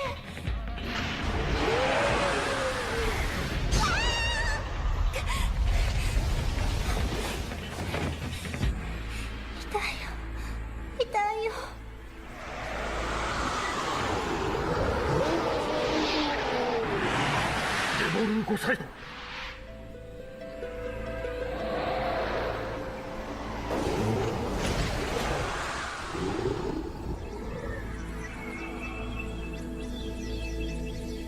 デボルーコサイト。管理者の私の命を忘れ他者を傷つけるだけの存在。お前はもはやルーコサイトではない。私のコマンドにより自己破壊せよ。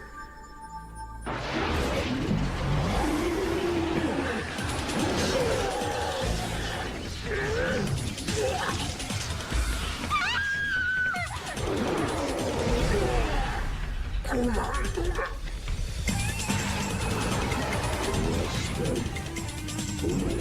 I want to smash your nice body. So do I. Leukocyte, so do I. Joe Bros, it's over. It's Joe. Joe robots seem to have some angel wings. If you know a bit of symbolism, you could extract a thing or two from this, from the story.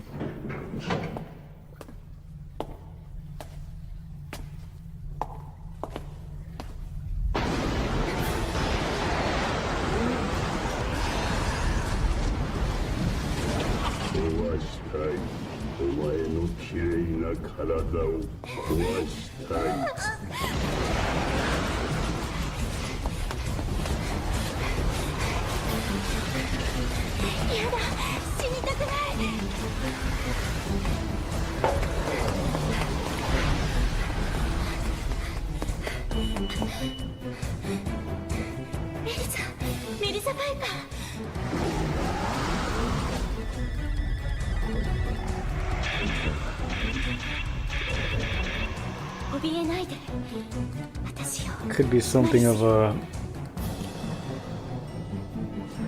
deal, kind of like humans were created, and Lucifer was jealous of the humans and wanted to destroy them. At least this part of it. Quite a few themes come in.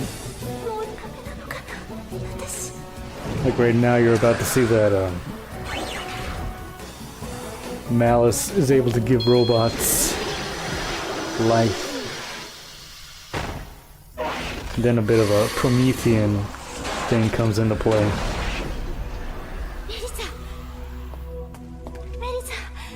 Where it's not so good.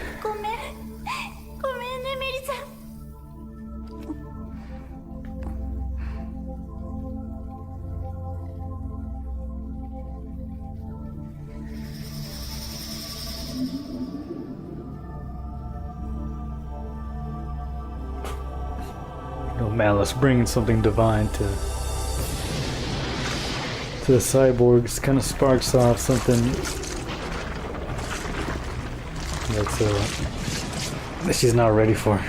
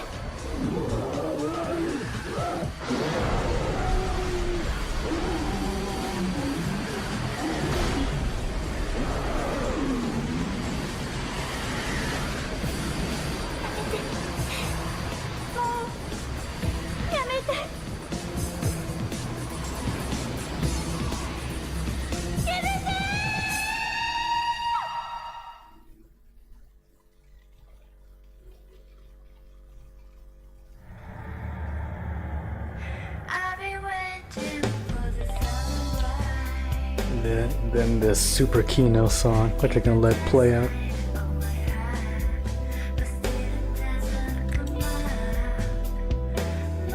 Yeah, then in the next episode, she goes back to her fellow prostitute robots and gives them life. Only 3 episodes of this right here. Okay. We could finish up another day.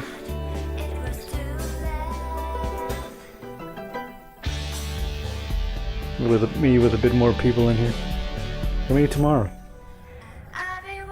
We could be in here a little bit earlier. I would have been in here earlier, but I had practice. Went to play some drums.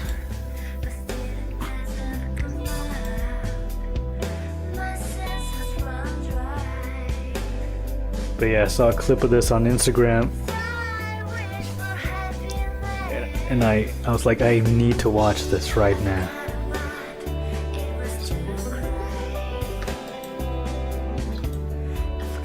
And I was right. I did need to watch it.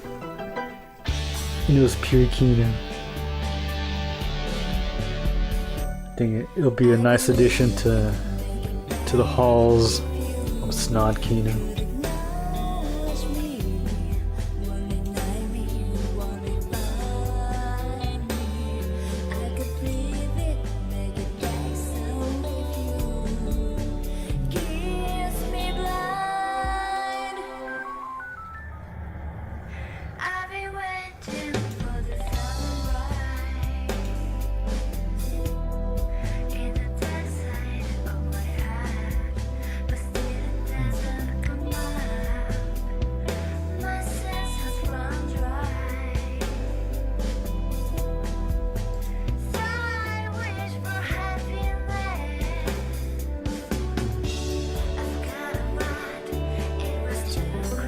And that's that for this costume here. Looks kind of cool.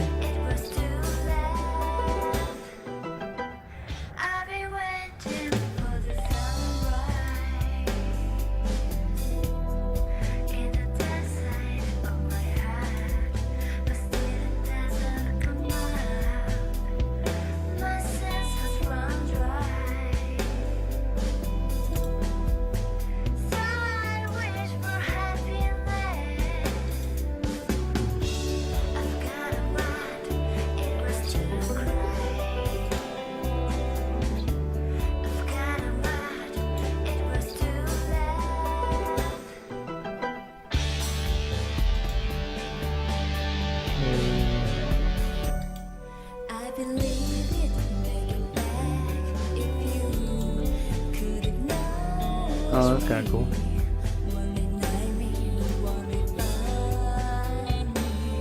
A haircut or something?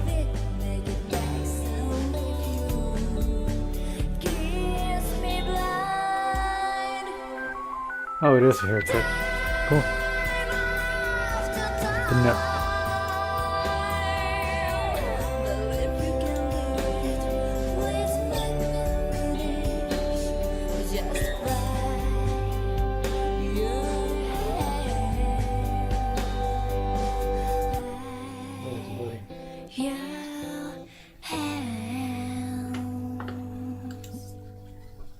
Kino.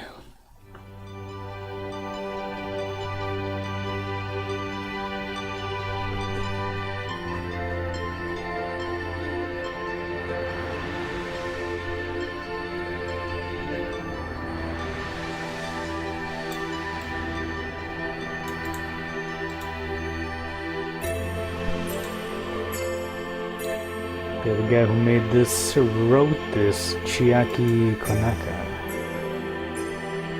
Serial Experiments Lane. The Big O. Oh yeah, he did the Big O. Another show about a android. Digimon Tamers. Digital intermingling with real life. Digital life leading into normal life. Hellsing, of course, which is was written by a different guy, I guess. Kiturano. I guess he wrote the screenplay. Oh, okay. Chiaki. And Technozyle, which I never heard about. I tried to watch an episode the other night and it was kind of boring. Maybe the actual show was kind of cool, but I thought it was kind of boring. Devil Lady, which I guess is connected to Devil Man. Damn, look that ass and titty. Damn. Ultraman Taiga. Tokatsu TV drama. Urutoyo.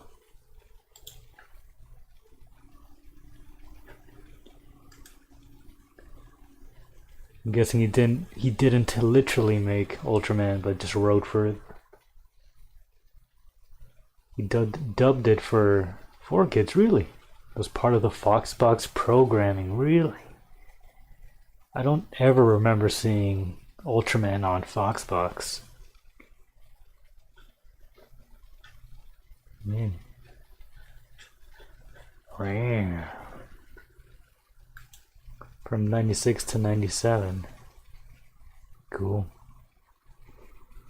Ooh. Oh, and apparently he wrote for some Cthulhu Mythos.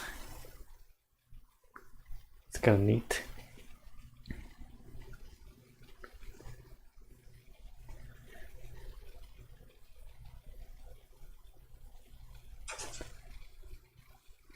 Oh yeah, and apparently he was criticized a bit for making a character a physical manifestation of political correctness that uses cancel culture as an attack, which I do remember hearing about some time ago. The guy who wrote for Digimon Tamers criticizing cancel culture. I do remember hearing about that.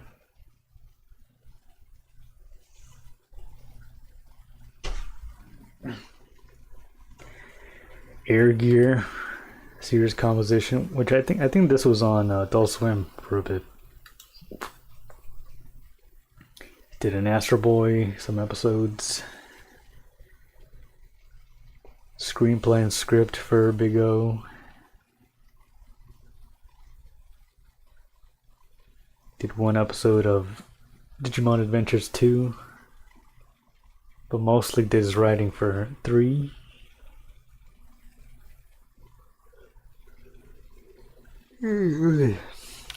Hellsing series composition script on these episodes here.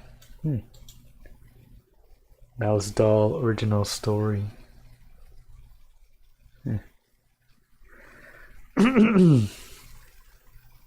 Miniseries composition script.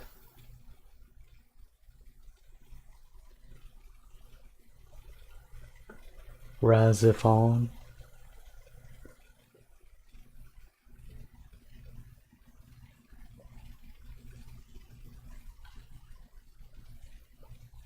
Parasite Dolls, which looks like another AI cyborg kind of thing. 3-part original video animation. Well, if it's a 3-parter.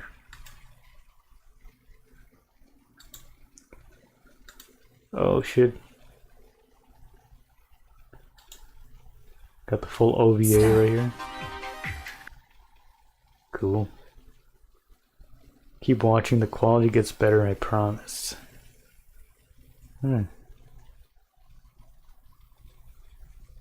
This is why I don't get upset when kids call me boomer. Well, yeah, you shouldn't be upset. It's cool to be old.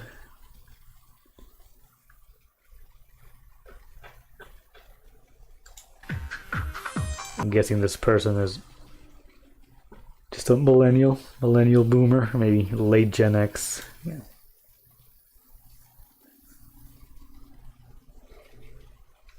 Yo, what's up, Farkle? How you doing, my bro? Welcome.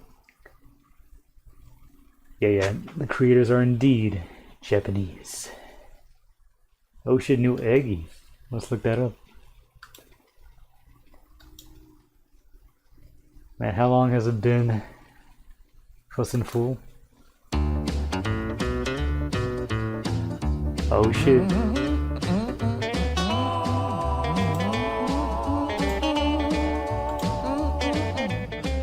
We're just talking about piggers. Then we have the See, I song. got a few problems done to myself. They call me fussing fool. I'm like a bat out of hell. I'm fond of marijuana and the liquor as well. You can see me down in Vegas losing money on shells. I'm a Drink up, bros. fussing fool, fussing fool. A little bit of an Elvis thing going. Fussing fool, fussing fool. I'm tender as a turkey and that ain't no lie. I got 100 bad habits, 101 is my pride. Handing out the damage if you dampen my stride. Jail call decline, I'm staying over tonight. I'm a fussing fool, fussing fool. I'm a fussing fool, fussing fool. That's a nice Made little spend ditty. money off of hustling signs, but why settle for a nickel you can turn to a dime? Voted for a chip, got dealt an ace and a nine. Turned on my head and left dry, then the clothes on the line. I'm a fussing fool, fussing fool. Oh Lord, I'm a fussing fool, fussing fool. Now this might sound funny in a song or a show, but I wouldn't recommend it when you're old on the road. Drinking out of oil funnels, losing hope, having FTA warrants most places you know. This here fooling wish I could refine to my prime, but my mind's near pickled and brined from the shine I found still near obsidian mines. Some rock that was hit, this fuels rocket ships. I was looking for a trip off the chip from my shoulder. Now I keep from getting colder off a barrel that smolders. Should've maybe figured I was like Better not be uploading Kino Boy first for India. Oh, Xander. Xander Luciano. That Pigger Tab beat. I'd like to tell you I there's love a different India. name, but my lottery tickets came back losing again. Hiding from a cruiser with some booze in my pants. Once I need win a slow couple million, reverb this version confusion will on the end. stat. Fussing fool, Or stat. fussing fool.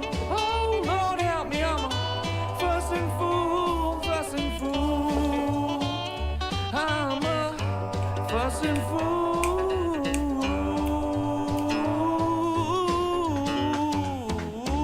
Yeah. Pretty good. I dig it. Load that kind of Elvis angle to it.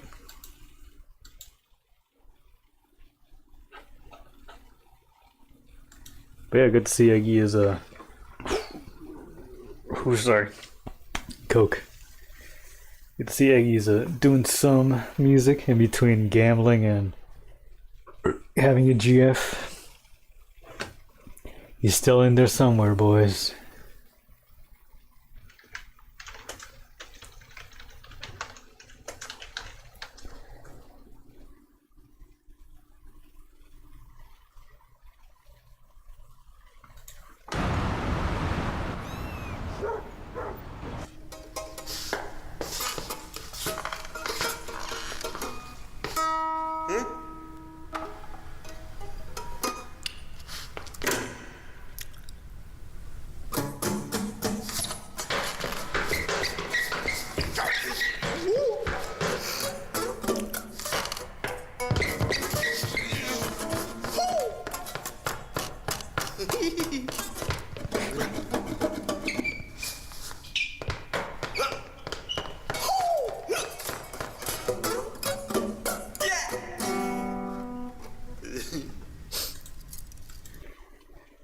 Pure Kino.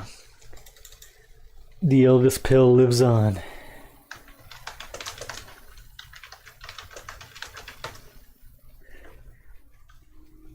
Time to bring back a bit of lost Iggy and Pomade Kino.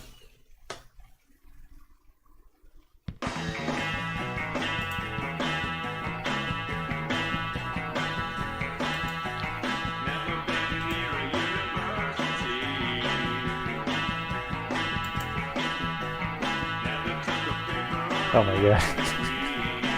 I Well, to get all this footage, I lowered the P to 144 on just about all the footage I got. Might be a little extreme on the... Well, mostly on the Gary and Mike footage, because that shit's from like 15 years ago on YouTube.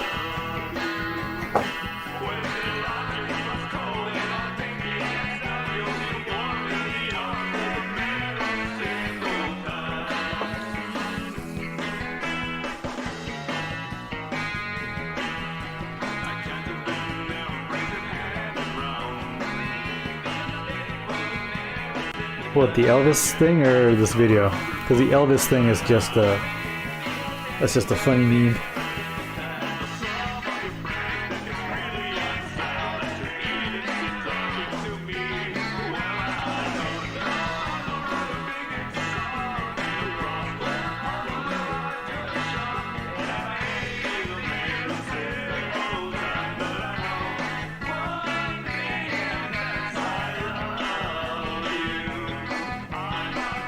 But this is also real.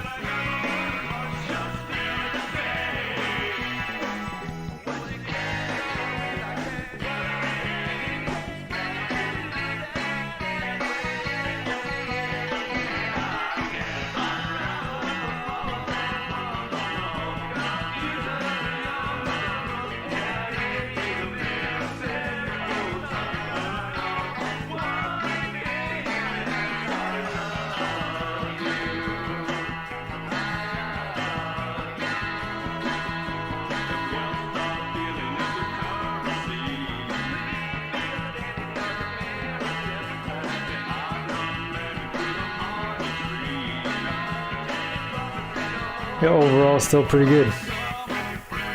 2 years later now.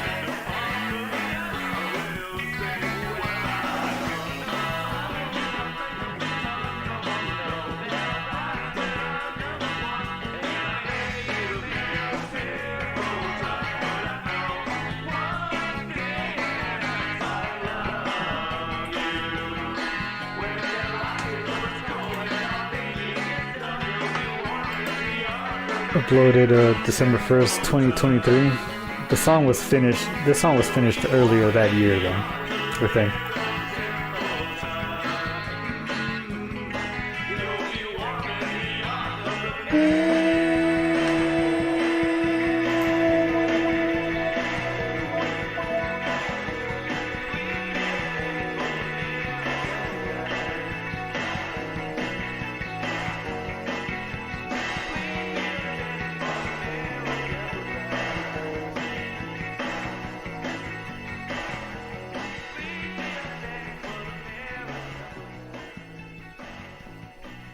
Hasn't done songs like this since the yeah.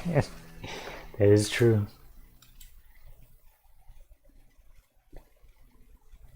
But it was nice to do a pop song, even if it was a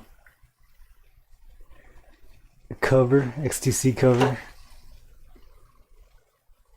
Yeah, not much for writing like this. Maybe I should one of these days.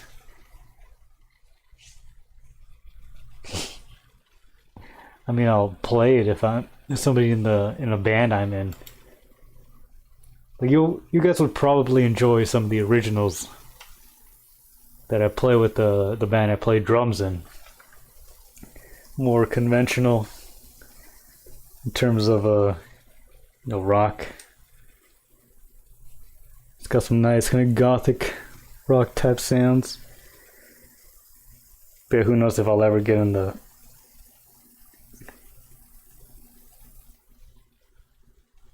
I don't think we'll ever get in the studio with that band, but that's why he's also switching up genres. I think he hasn't done songs since y'all. Oh, okay, you're talking about Eggy. Well, both, yeah, basically. I think after that he did maybe a few rapping style songs. Like a few appearances on that one guy's. Well, who was like the video game themed rapper guy. I forgot his name. Either that was the same year or a little bit after.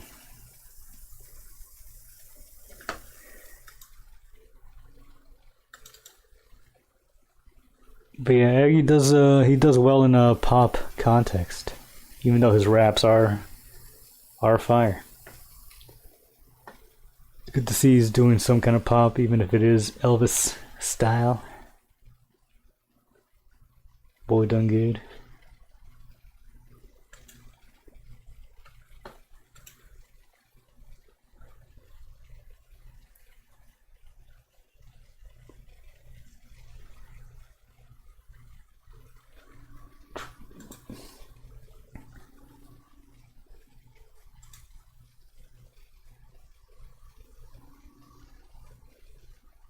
Ascending through Saturn.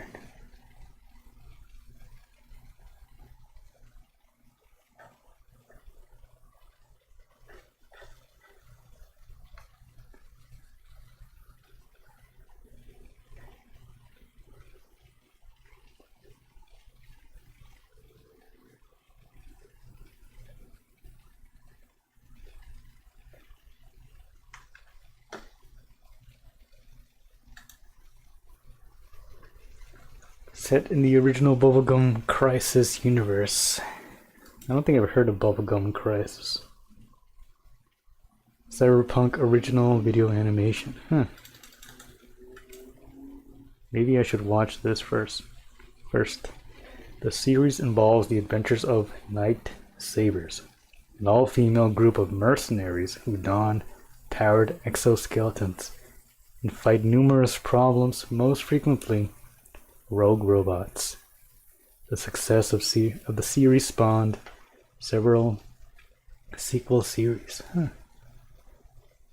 Sounds cool.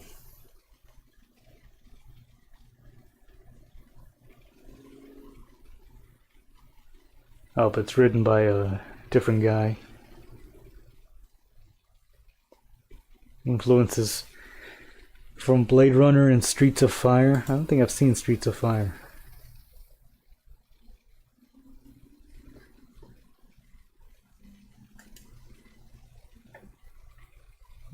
Check it out here.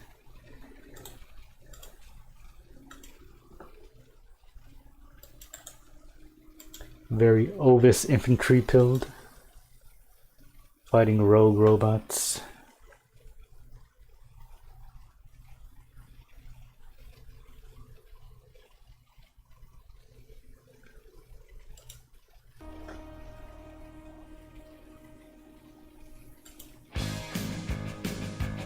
Johnny Spector, there we go, yeah.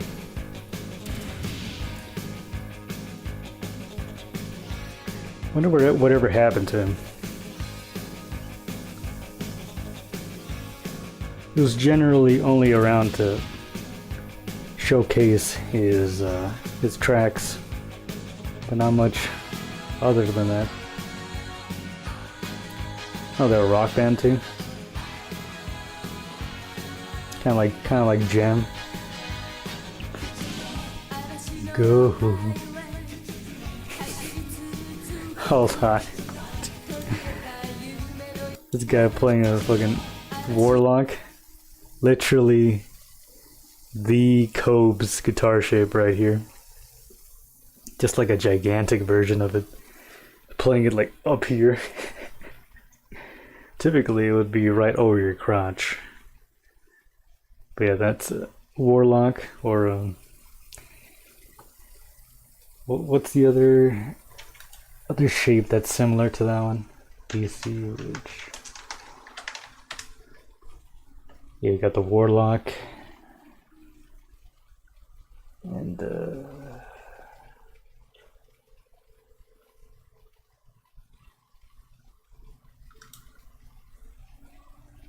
it's another shape that's similar. That's like a fat version of the Warlock.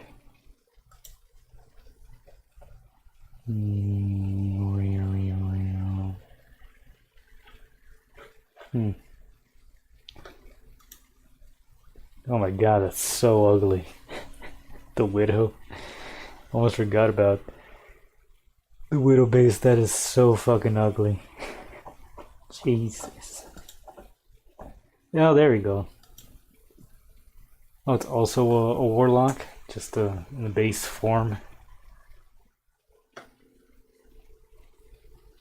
Yeah, before I had my ESP LTD, I wanted one of these,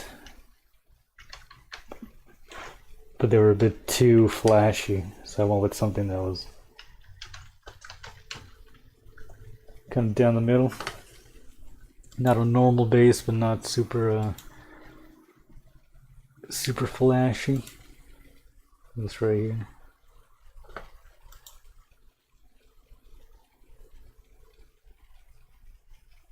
I still got it. It's a very good playing bass.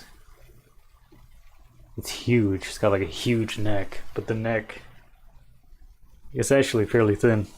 And the body is very small as well.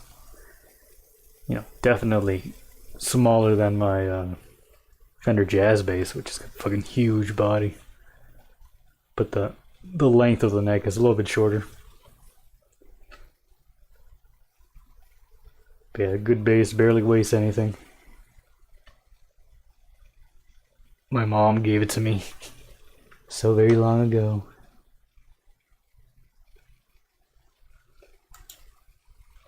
Okay, that's headstock. I remember burning off the LTD up here because it just looked so stupid. Like the brand is ESP, but their LTD series is like the cheaper option, slightly cheaper.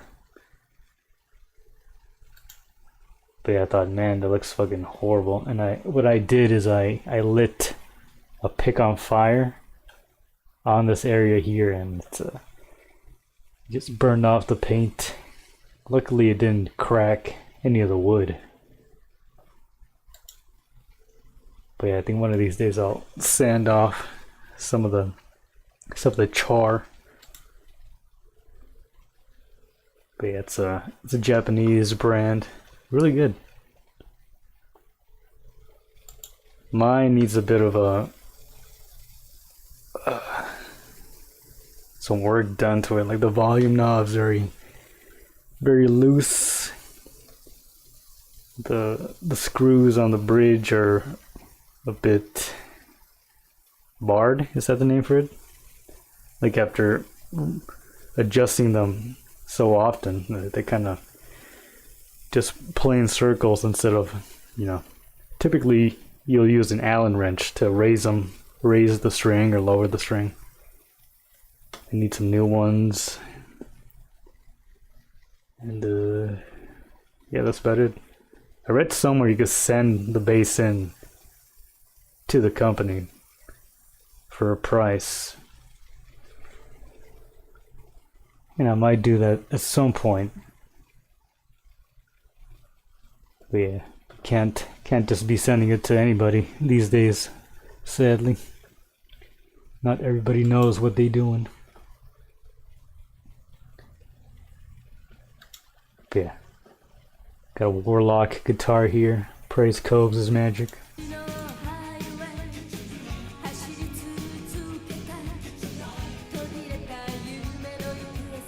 Makes sense you wrote for Parasite Dolls, very similar tones. Oh, you've seen it? Based.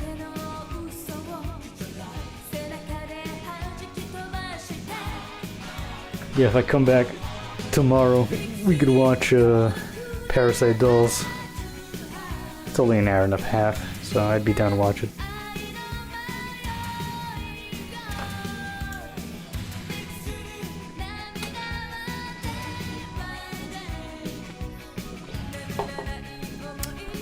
How much does a green Warlock guitar go for? A little bit too green. I think Coves had this one now.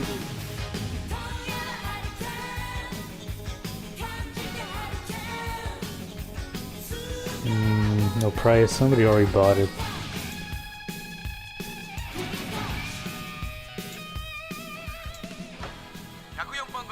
しい走行中の物体は走行歩兵もしくは警報光戦闘機と思われる。全 AD ポリスの援助を請う。 It's electric green 1,000? What? 1,500? Jesus. That's too much, man. What does it have? It's like all the knobs.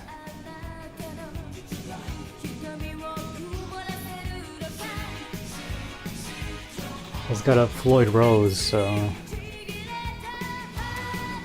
Oh, it's neck through, okay. That would bump it up in price. See more Duncans, that would up it up in price.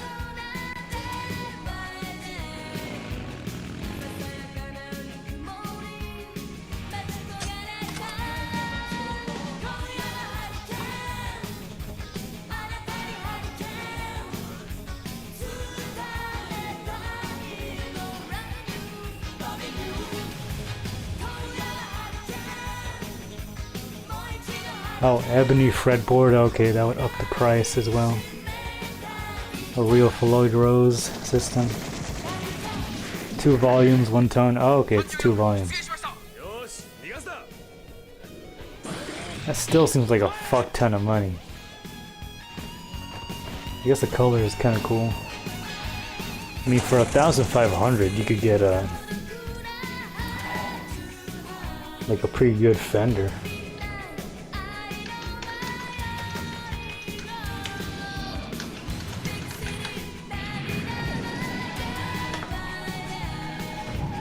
Stratocaster, well, it wouldn't look as cool.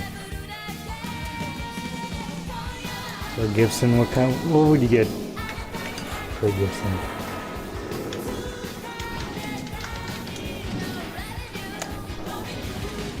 Oh, for slightly less, you could get a SG. Those are pretty nice.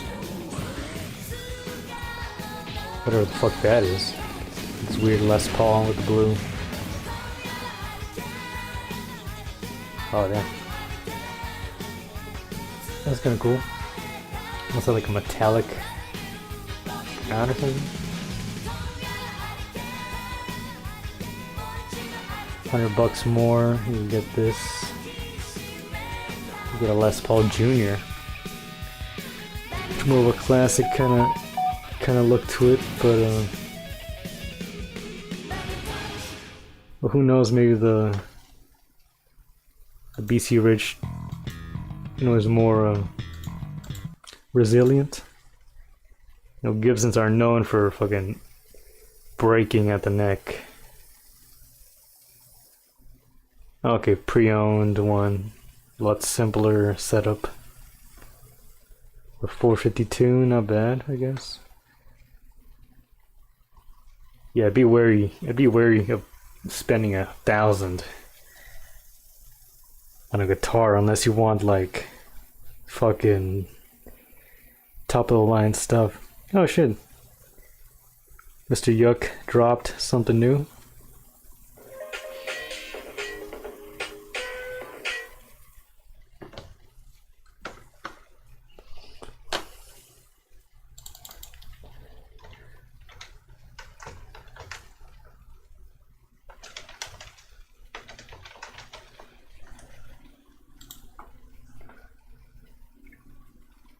Yeah, typically with the big brands, Gibson, fucking Fender, even BC Rich now, I guess, you're gonna be spending 1,000 more. With my ESP, it was because it was still an LTD line, it was 380, and with shipping and handling came up to 400. So not that bad. That would be the most expensive bass I have. The Fender I got for 200. But online it would probably be worth 1,000. Because it's a legit Fender, it's not a Squire. Which would be the supposed cheaper Fender option. But now even those cost a lot. Yeah. Typically you would go for the notable brands because, you know, it's gonna be what you're looking for without any questions of like, oh, I didn't get what I want because I went for the cheaper option. But you could get what you want from with the cheaper options if you know what to look for, and if you know what to look for in aftermarket parts, which are pretty easy to install once you get some of the know-how. You get a really good sounding instrument and not have to spend fucking $1,000 or more and still have it be not what you're looking for, which is the thing, you know. You'll go for a Fender Strat, you know, 1,500, maybe more, because you want to sound like Stevie Ray Vaughan or Hendrix or whatever, and it's still not going to be what you want. You're going to have to do some finessing with the guitar, either opening it up or searching for the right kind of pedals or electronics or amps, on top of looking for the right guitar to get the tone. But yeah, take it from old Pomod. Go to rondomusic.com. Get yourself something cheap. Do a little Googling. How to set up your guitar, how to get the sounds you want. It's a little bit annoying having to learn, but you will end up saving a lot of money and time. Because even if you spend the money, chances are you're not going to get what you're looking for right out of the box. I have one of these styles in cream. I think I might have gotten it for that price, $325. Mine had 2 P90 pickups in here. These are good though. Nice guitars, play pretty well. You can mod them without much hassle. The 3 pickups are rad as fuck. If I didn't already have a guitar in this style, I would definitely get this one. But the one I have is more in this style with the whammy bar right there. They don't have as much of a variety nowadays. They used to have way more. And even these guys have like fucking super expensive metal-ish guitars. And I don't know if I would spend, you know, $600, $700 on a no-name brand like Agile. It's insane. Fucking 10-string, dude. What the fuck? Or 9-string? How many strings is that? Oh my god. It's fucking... 1, it's insane. 2, it's ugly as fuck. 10-string? Oh my god. It's so ugly. But at least it's multi-scale. Weesh.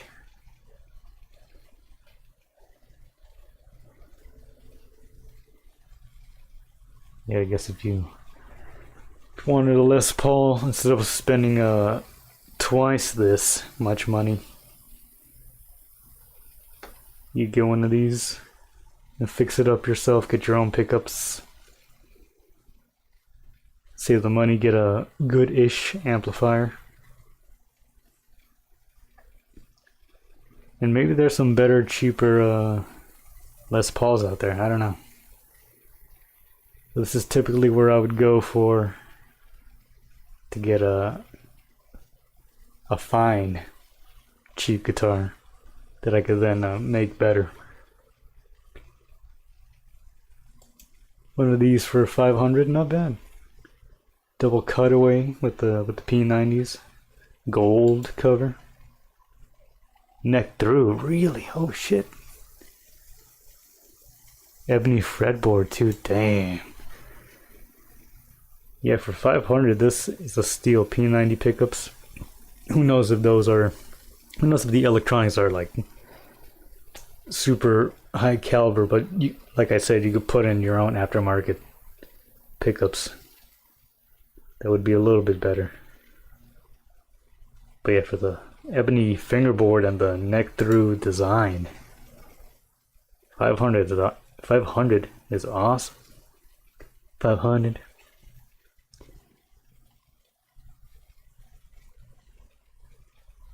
Alnico 5. Whew. Anyways, enough guitar nerdum. Let's listen to the new Mr. Yuck.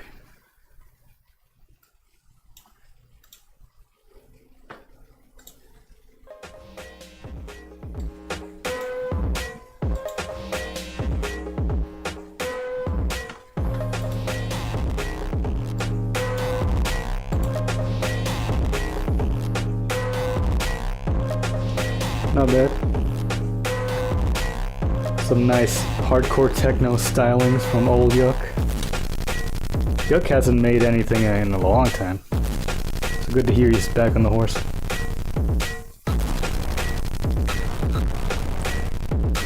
Oh yeah, he was in jail for a while.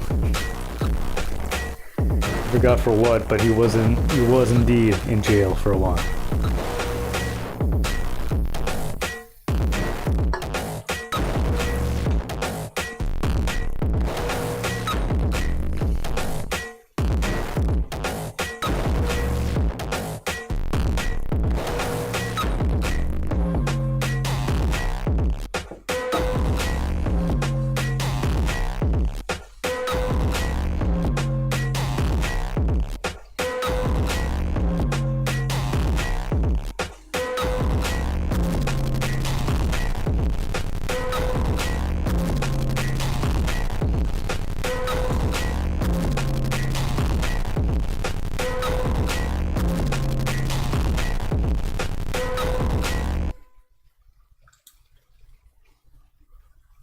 It's alright.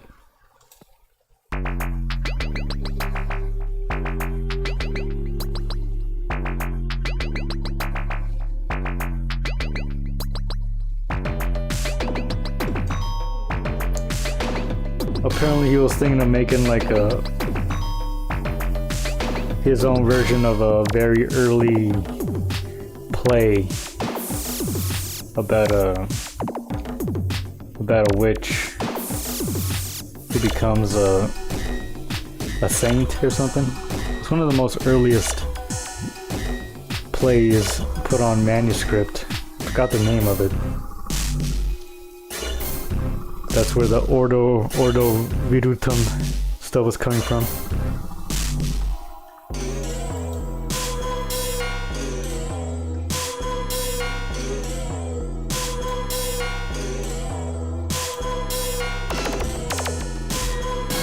Oh, that's the name of it, okay. Ordo Virutum, Order of the Virtues, is an allegorical morality play or sacred music drama by Bingen, composed around 1151 during the construction and relocation of her abbey at Rupertsburg. It is the earliest morality play by more than a century and the only medieval musical drama to survive an attribution for both text and music. A short version of Ordo without music appears at the end of Civius, Hildegard's most famous account of her visions. Oh. It also includes in some manuscripts of the Symphonium a cycle of more than 70 liturgical songs. It may be performed by convent nuns at the dedication of St. Rupertsburg in 1152. May happen. or possibly before the Mass, or the consecration of virgins at the convent. The subject of the play is typical for a morality play. It recounts neither biblical events nor a saint's life nor miracles. Instead, Ordo is about the struggle for a human soul, or anima, between the virtues and the devil. The piece can be divided as follows. A prologue in which the virtues are introduced at the patriarchs and prophets who marvel at the virtues to the patriarchs. We hear the complaints of the souls that are imprisoned in bodies. The for now happy soul enters and her voice contrasts with the unhappy souls. The soul is too eager to skip life and go straight to heaven. When the virtues tell her that she has to live first, the devil seduces her away to do worldly things. The virtues take turns identifying and describing themselves, while the devil occasionally interrupts and expresses opposing views and insults. This is the longest section by far, and although devoid of drama or plot, the musical sections of this section, elements of this section, make it stand out. The soul returns repentant. Once the virtues have accepted her back, they turn on the devil, whom they bind. Together they conquer the devil, and then God is praised. Part 5, a procession of all the characters. Cool.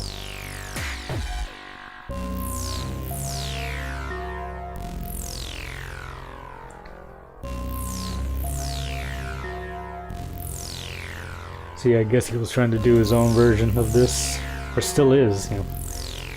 Ordo Viditum 333.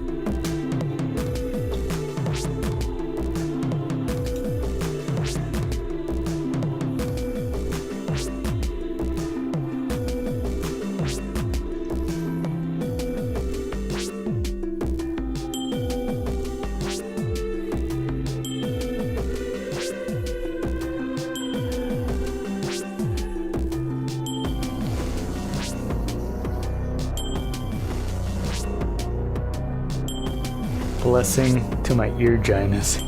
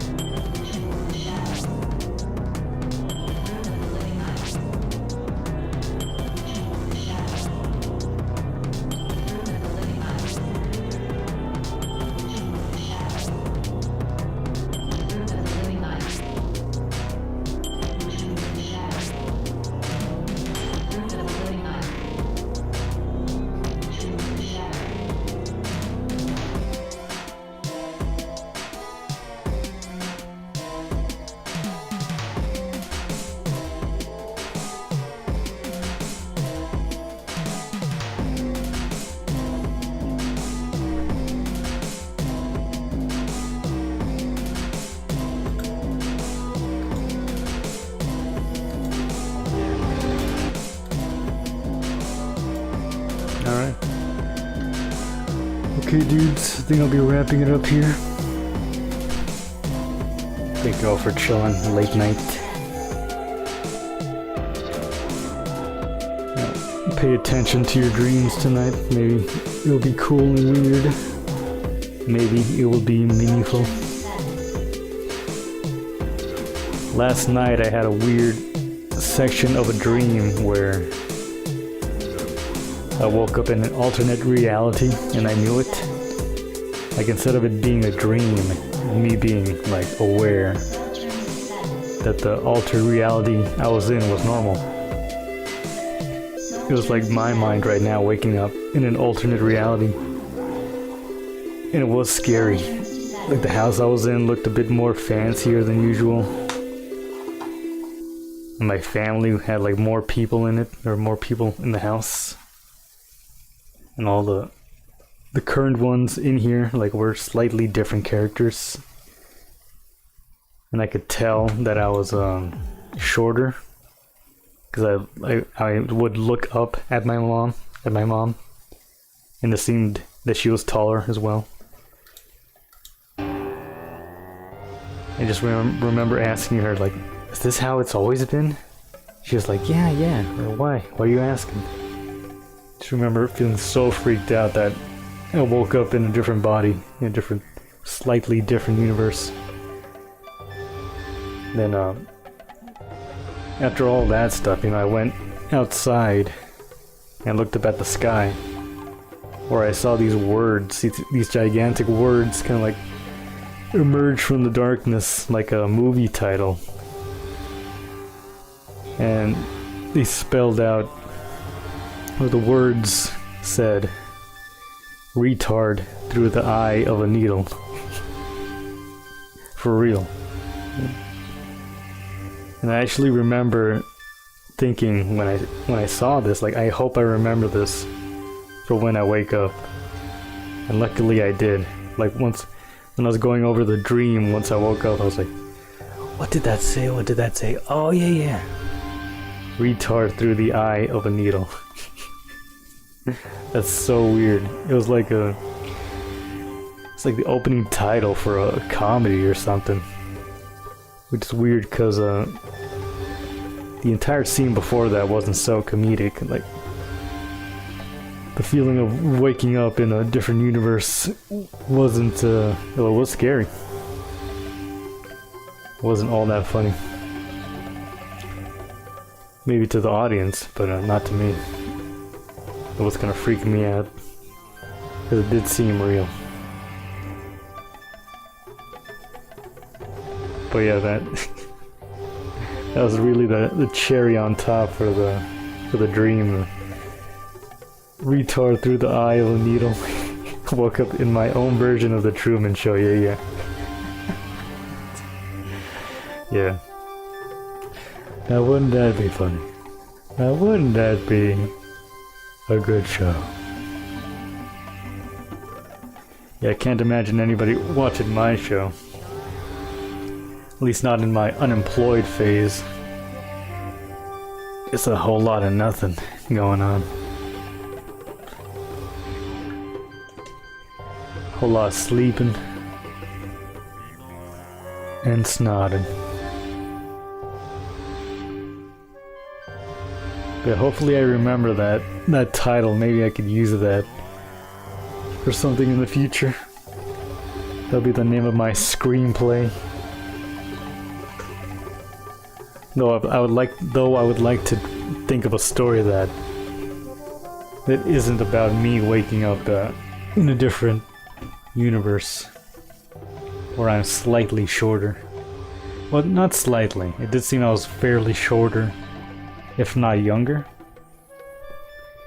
I didn't get any look at a mirror, so I didn't get to see how I looked like, but yeah, that was it. But yeah, tonight, it being the eclipse and the full moon at the same time, there's bound to be some kind of some interesting imagery and symbolism in our dreams tonight, if we are to remember it. So yeah, watch out for that. It's in Virgo, I think, right? One of the signs of Mercury, which is the planet of communication and language and the mind. Oh wait, no. It is Virgo season. But the full moon eclipse is in Pisces, the sign 180 degrees on the opposite of Virgo, which would be its sister sign. Ruled by Jupiter and Neptune. And dreams and symbolism and emotions in general weirdness are tied to Pisces and Neptune and Jupiter. Jupiter bringing in a bit of a philosophical edge to it. So yeah, be on the lookout for weird dreams. Jupiter right now being in the sign of the moon, which is its highest position, its exalted position, an even stronger indication for some weird dreams tonight. So yeah, if you experience something like that, just remember that's what's going on. It's also there is also some synergy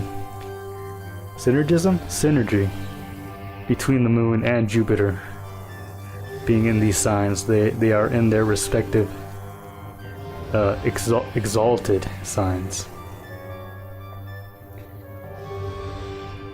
Pisces also being a high position for Jupiter, and the moon in Cancer. Oh wait, no. The moon and Cancer would be its home sign, but they're an interrelated position, definitely.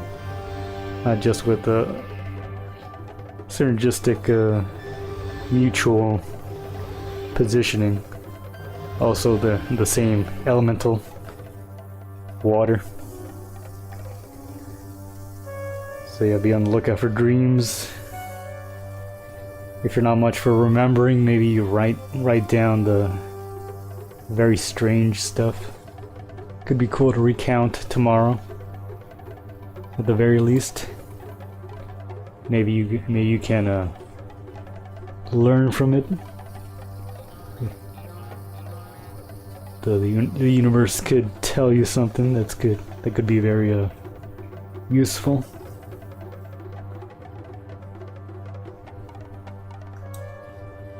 But yeah, that's how the sky looks tonight. Lottery numbers that I get a Gooner dream tonight. Could be.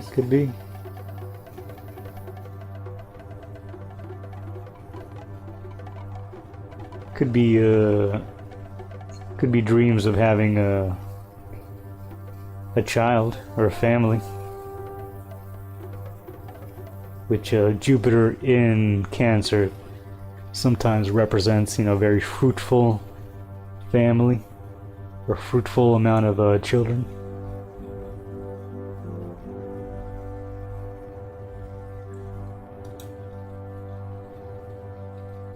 Well, we'll see.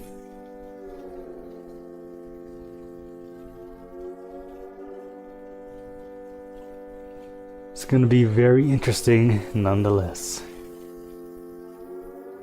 Who knows if I get one like last night, which I don't really see any symbolism I could extract from being born in an alternate universe and being freaked out.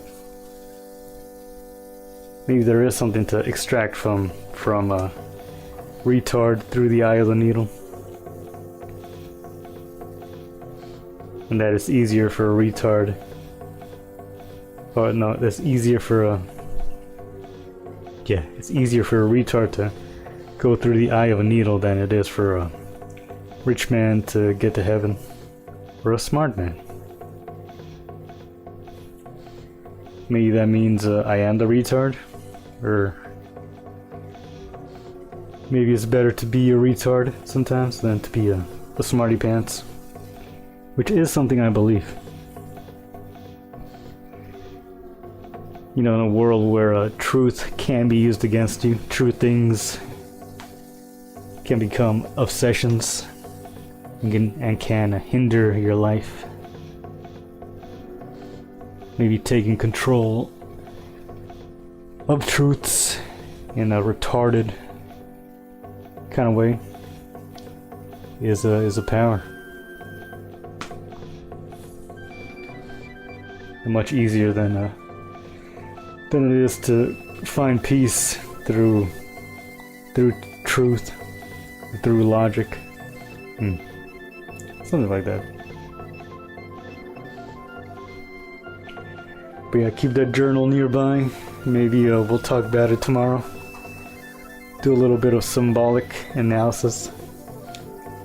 Free of charge, of course. Yeah. I'm not like Spice Bear over here, gonna be charging you for symbolism and analysis. Let alone charging you for very superficial analysis. You won't get charged or superficial from me.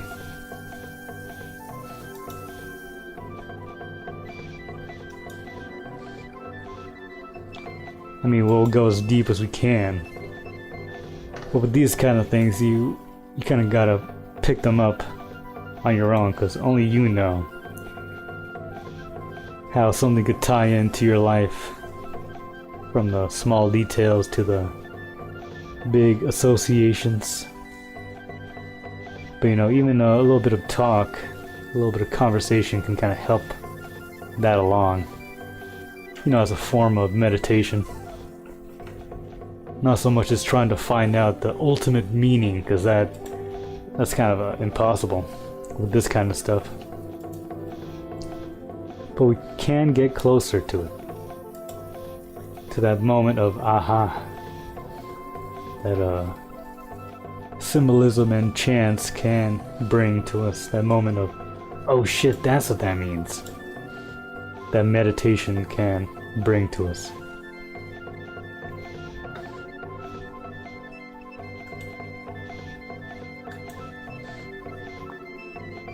And you know, meditation doesn't have to be sitting alone in a room trying to think of nothing. You know, rumination. Not the bad kind. It could be a form of meditation, just thinking about stuff. Mindfulness could be a form of meditation. And it can be done in waking time throughout your day.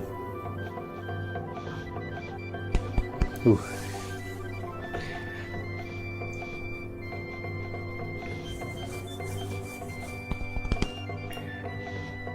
But yeah, we'll meet up tomorrow.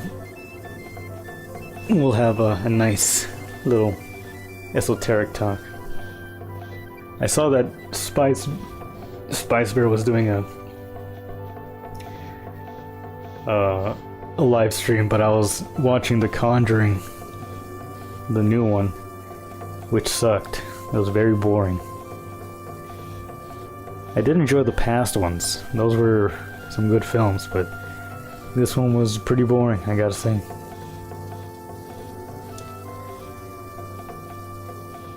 But I think even if I was free, I don't think I'd want to watch a whole lot of Spice Bear anymore. It seems she's like pandering to what she thinks Eggy's audience is.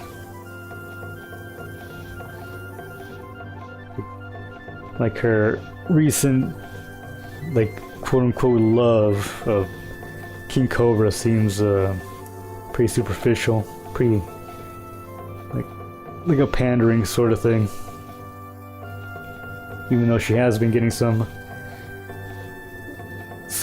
weird synchronicities in her life in regards to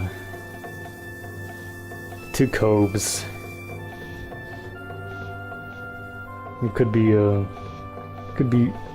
genuine, could not be. That's the feeling I get, though. It could be that, you know, well, they both became involved with magic because of Harry Potter. And it seems to me that Spice Bear has a potential to be a lolcow in the similar respect that Coves was. Maybe not as charming, definitely not as charming, but maybe she's next in line. And whatever lolcow curse that was inhabiting Coves is gonna wiggle its way into Spice Bear. Maybe that's what she's experiencing.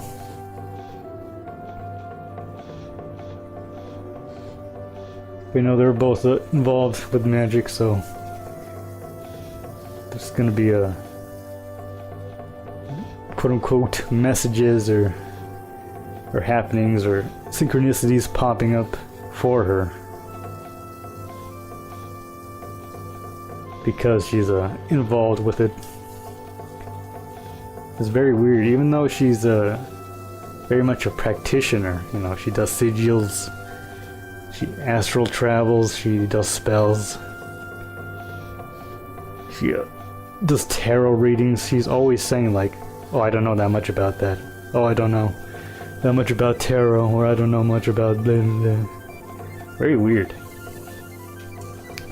You would think you would do, you know, your studying, intense studying, like way before you would start practicing. But that would be logical. And if you're interested in magic, you're just interested in practicing it, getting results, you know. You're probably not all about, you know, learning what the tarot means or its symbolism or its connection to astrology or its connection to mythologies and this and that. Like me, I'm the opposite, and I'm not a practitioner at all. But I'm very much interested in the symbolism, the history, and the myths used in occultism. I guess used in tarot, used this and that. I kind of know how spells work or cantations and this and that. I know how that works because in the Discordianism they talk about it in a very mathematical, algebraic kind of way. They take away all the culture and you just get the main formula from it. That's what you get by learning chaos magic. You know, reading, you know, you can read Oven Ready Chaos by Phil Hine. Or what's that book by Carol? But yeah, chaos magic in general. You can learn about rituals and, you know, blessing items and this and that from that without having to be part of a system. And that to me is just interesting. Even though it is magic, I'm not about to go and practice shit. One, because I'm lazy, and two, because that's unholy. It's probably not a good idea to mess with that stuff. Especially if you're not well read on it. And admitting that you're not well read. Yeah, even though she's a practitioner of magic, it seems she's got some pretty surface level knowledge about it, about occultism. And if she's not, she seems to be playing stupid for some reason.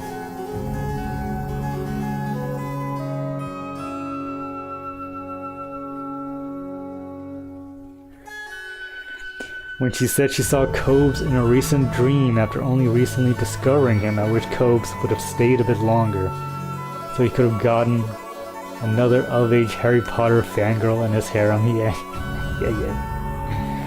Some of that Harry Potter strange, even in the afterlife. I think the boy would have liked some of that.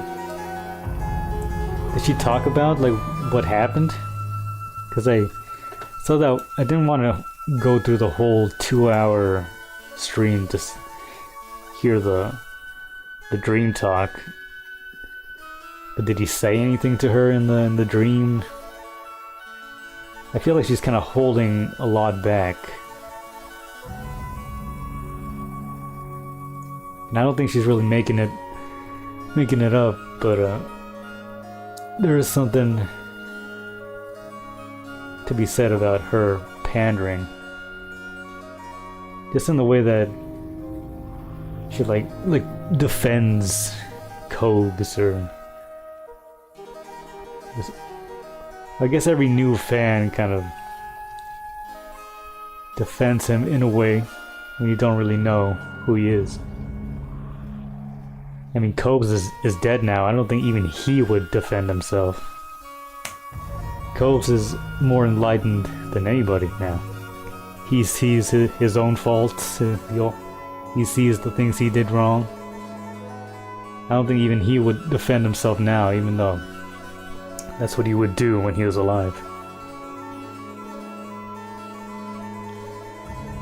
And if he is if he is, and he's looking down now at all of us. Probably one of the main things he's thinking is, man, I really hope people don't live the way that I do. Because in death, you do gain enlightenment. You do see all the things that you did wrong. And that would be a sort of a punishment that your life is now out there for people to take up, to be inspired by. For people to be like, damn, Cobes' nihilistic attitudes and his obsessions, I'm gonna do that now. He probably sees that and he thinks, no, don't you see how I ended up?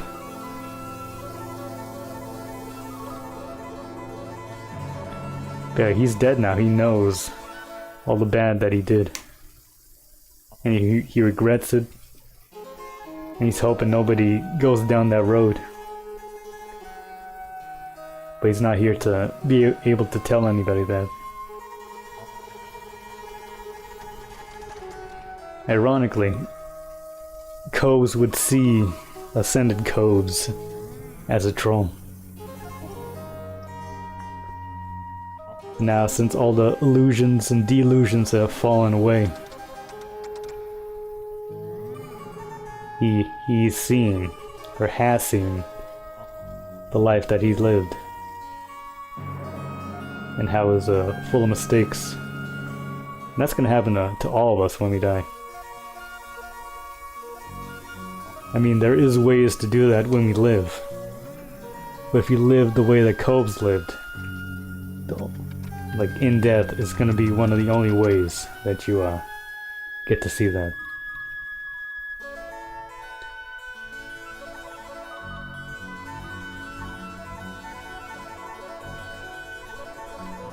It was in her most recent vid on how Cobes writing a sigil in the snow in the Trap documentary was a personal signal to her. Oh yeah, I saw that. And how it coincided with her doing her Cobes vigil, lighting a little candle for him during the full moon eclipse. Stuff like that does happen when you get involved with the occult or magic or the weird parts of life. And it's funny that the only thing that she pretty much ever has to say is, well, that was weird. and that's it. Well, of course it's weird.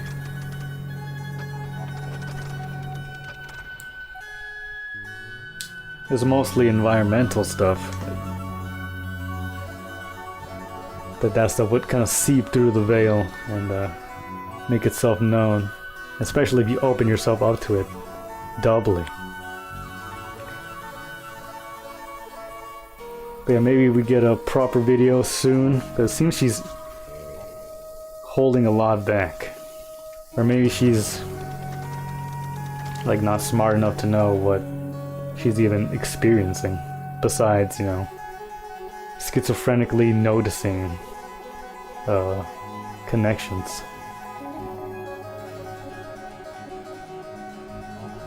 You know, just because one is practicing magic doesn't mean they're all that smart.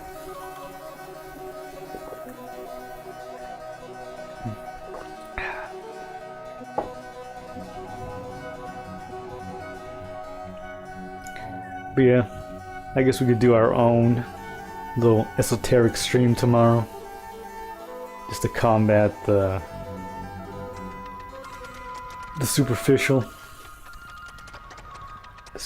Spice Bear streams, the pandering.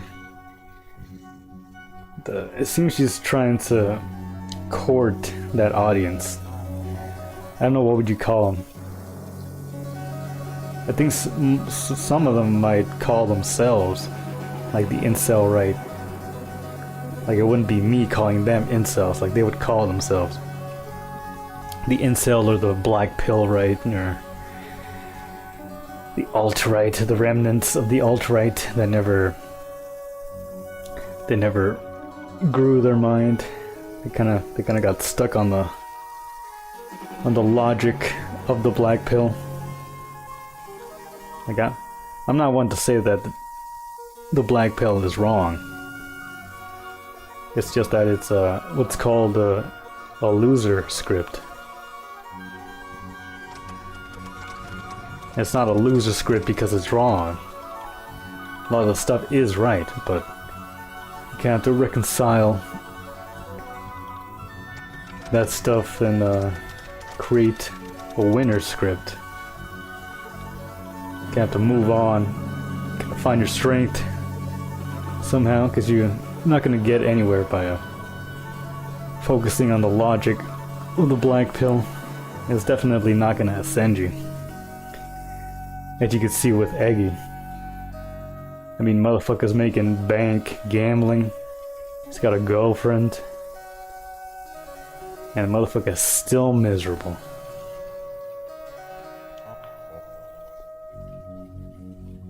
But that's cause you gotta find your winner script.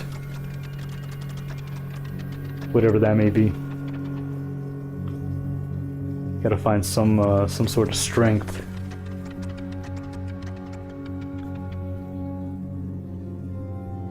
Because I guess there might be some strength in numbers, the misery of numbers on the internet, where you could relate to several people who are also having the same gripes that you are, or that we are, or that we experience. But at least when it comes to the black pill, you know, it doesn't lead you closer to enlightenment. If anything, it's kind of makes you stuck, and that's no good.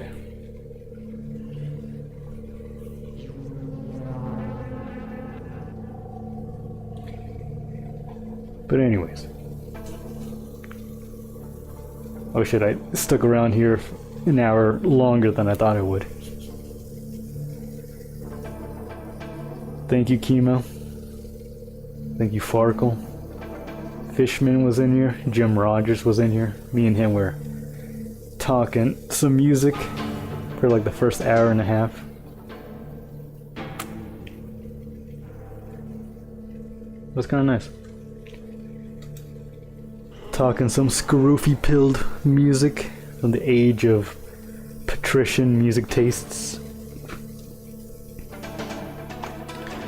Late 2000s, or early to mid 2000s, before Wiggerdom came to take over. And that was definitely a pattern with the pitchfork crowd, with the needle drop crowd, that they got into rap music, modern hip hop music. And even modern ethnic rap. I mean ethnic pop. It is what it is, Tubes. That was just, I guess, the pendulum swinging the other way. from being obsessed with obscure, super obscure music to being obsessed with Beyonce and Kanye West. That is how it goes. But yeah, peace out, dudes. Have a good night. Try to remember them dreams, and we could have a cool conversation tomorrow. Then after that, we'll watch Parasite Dolls and a bit more of Malice Doll. It's gonna be a day of Kino.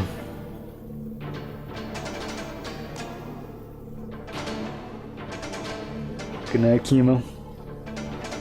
Peace.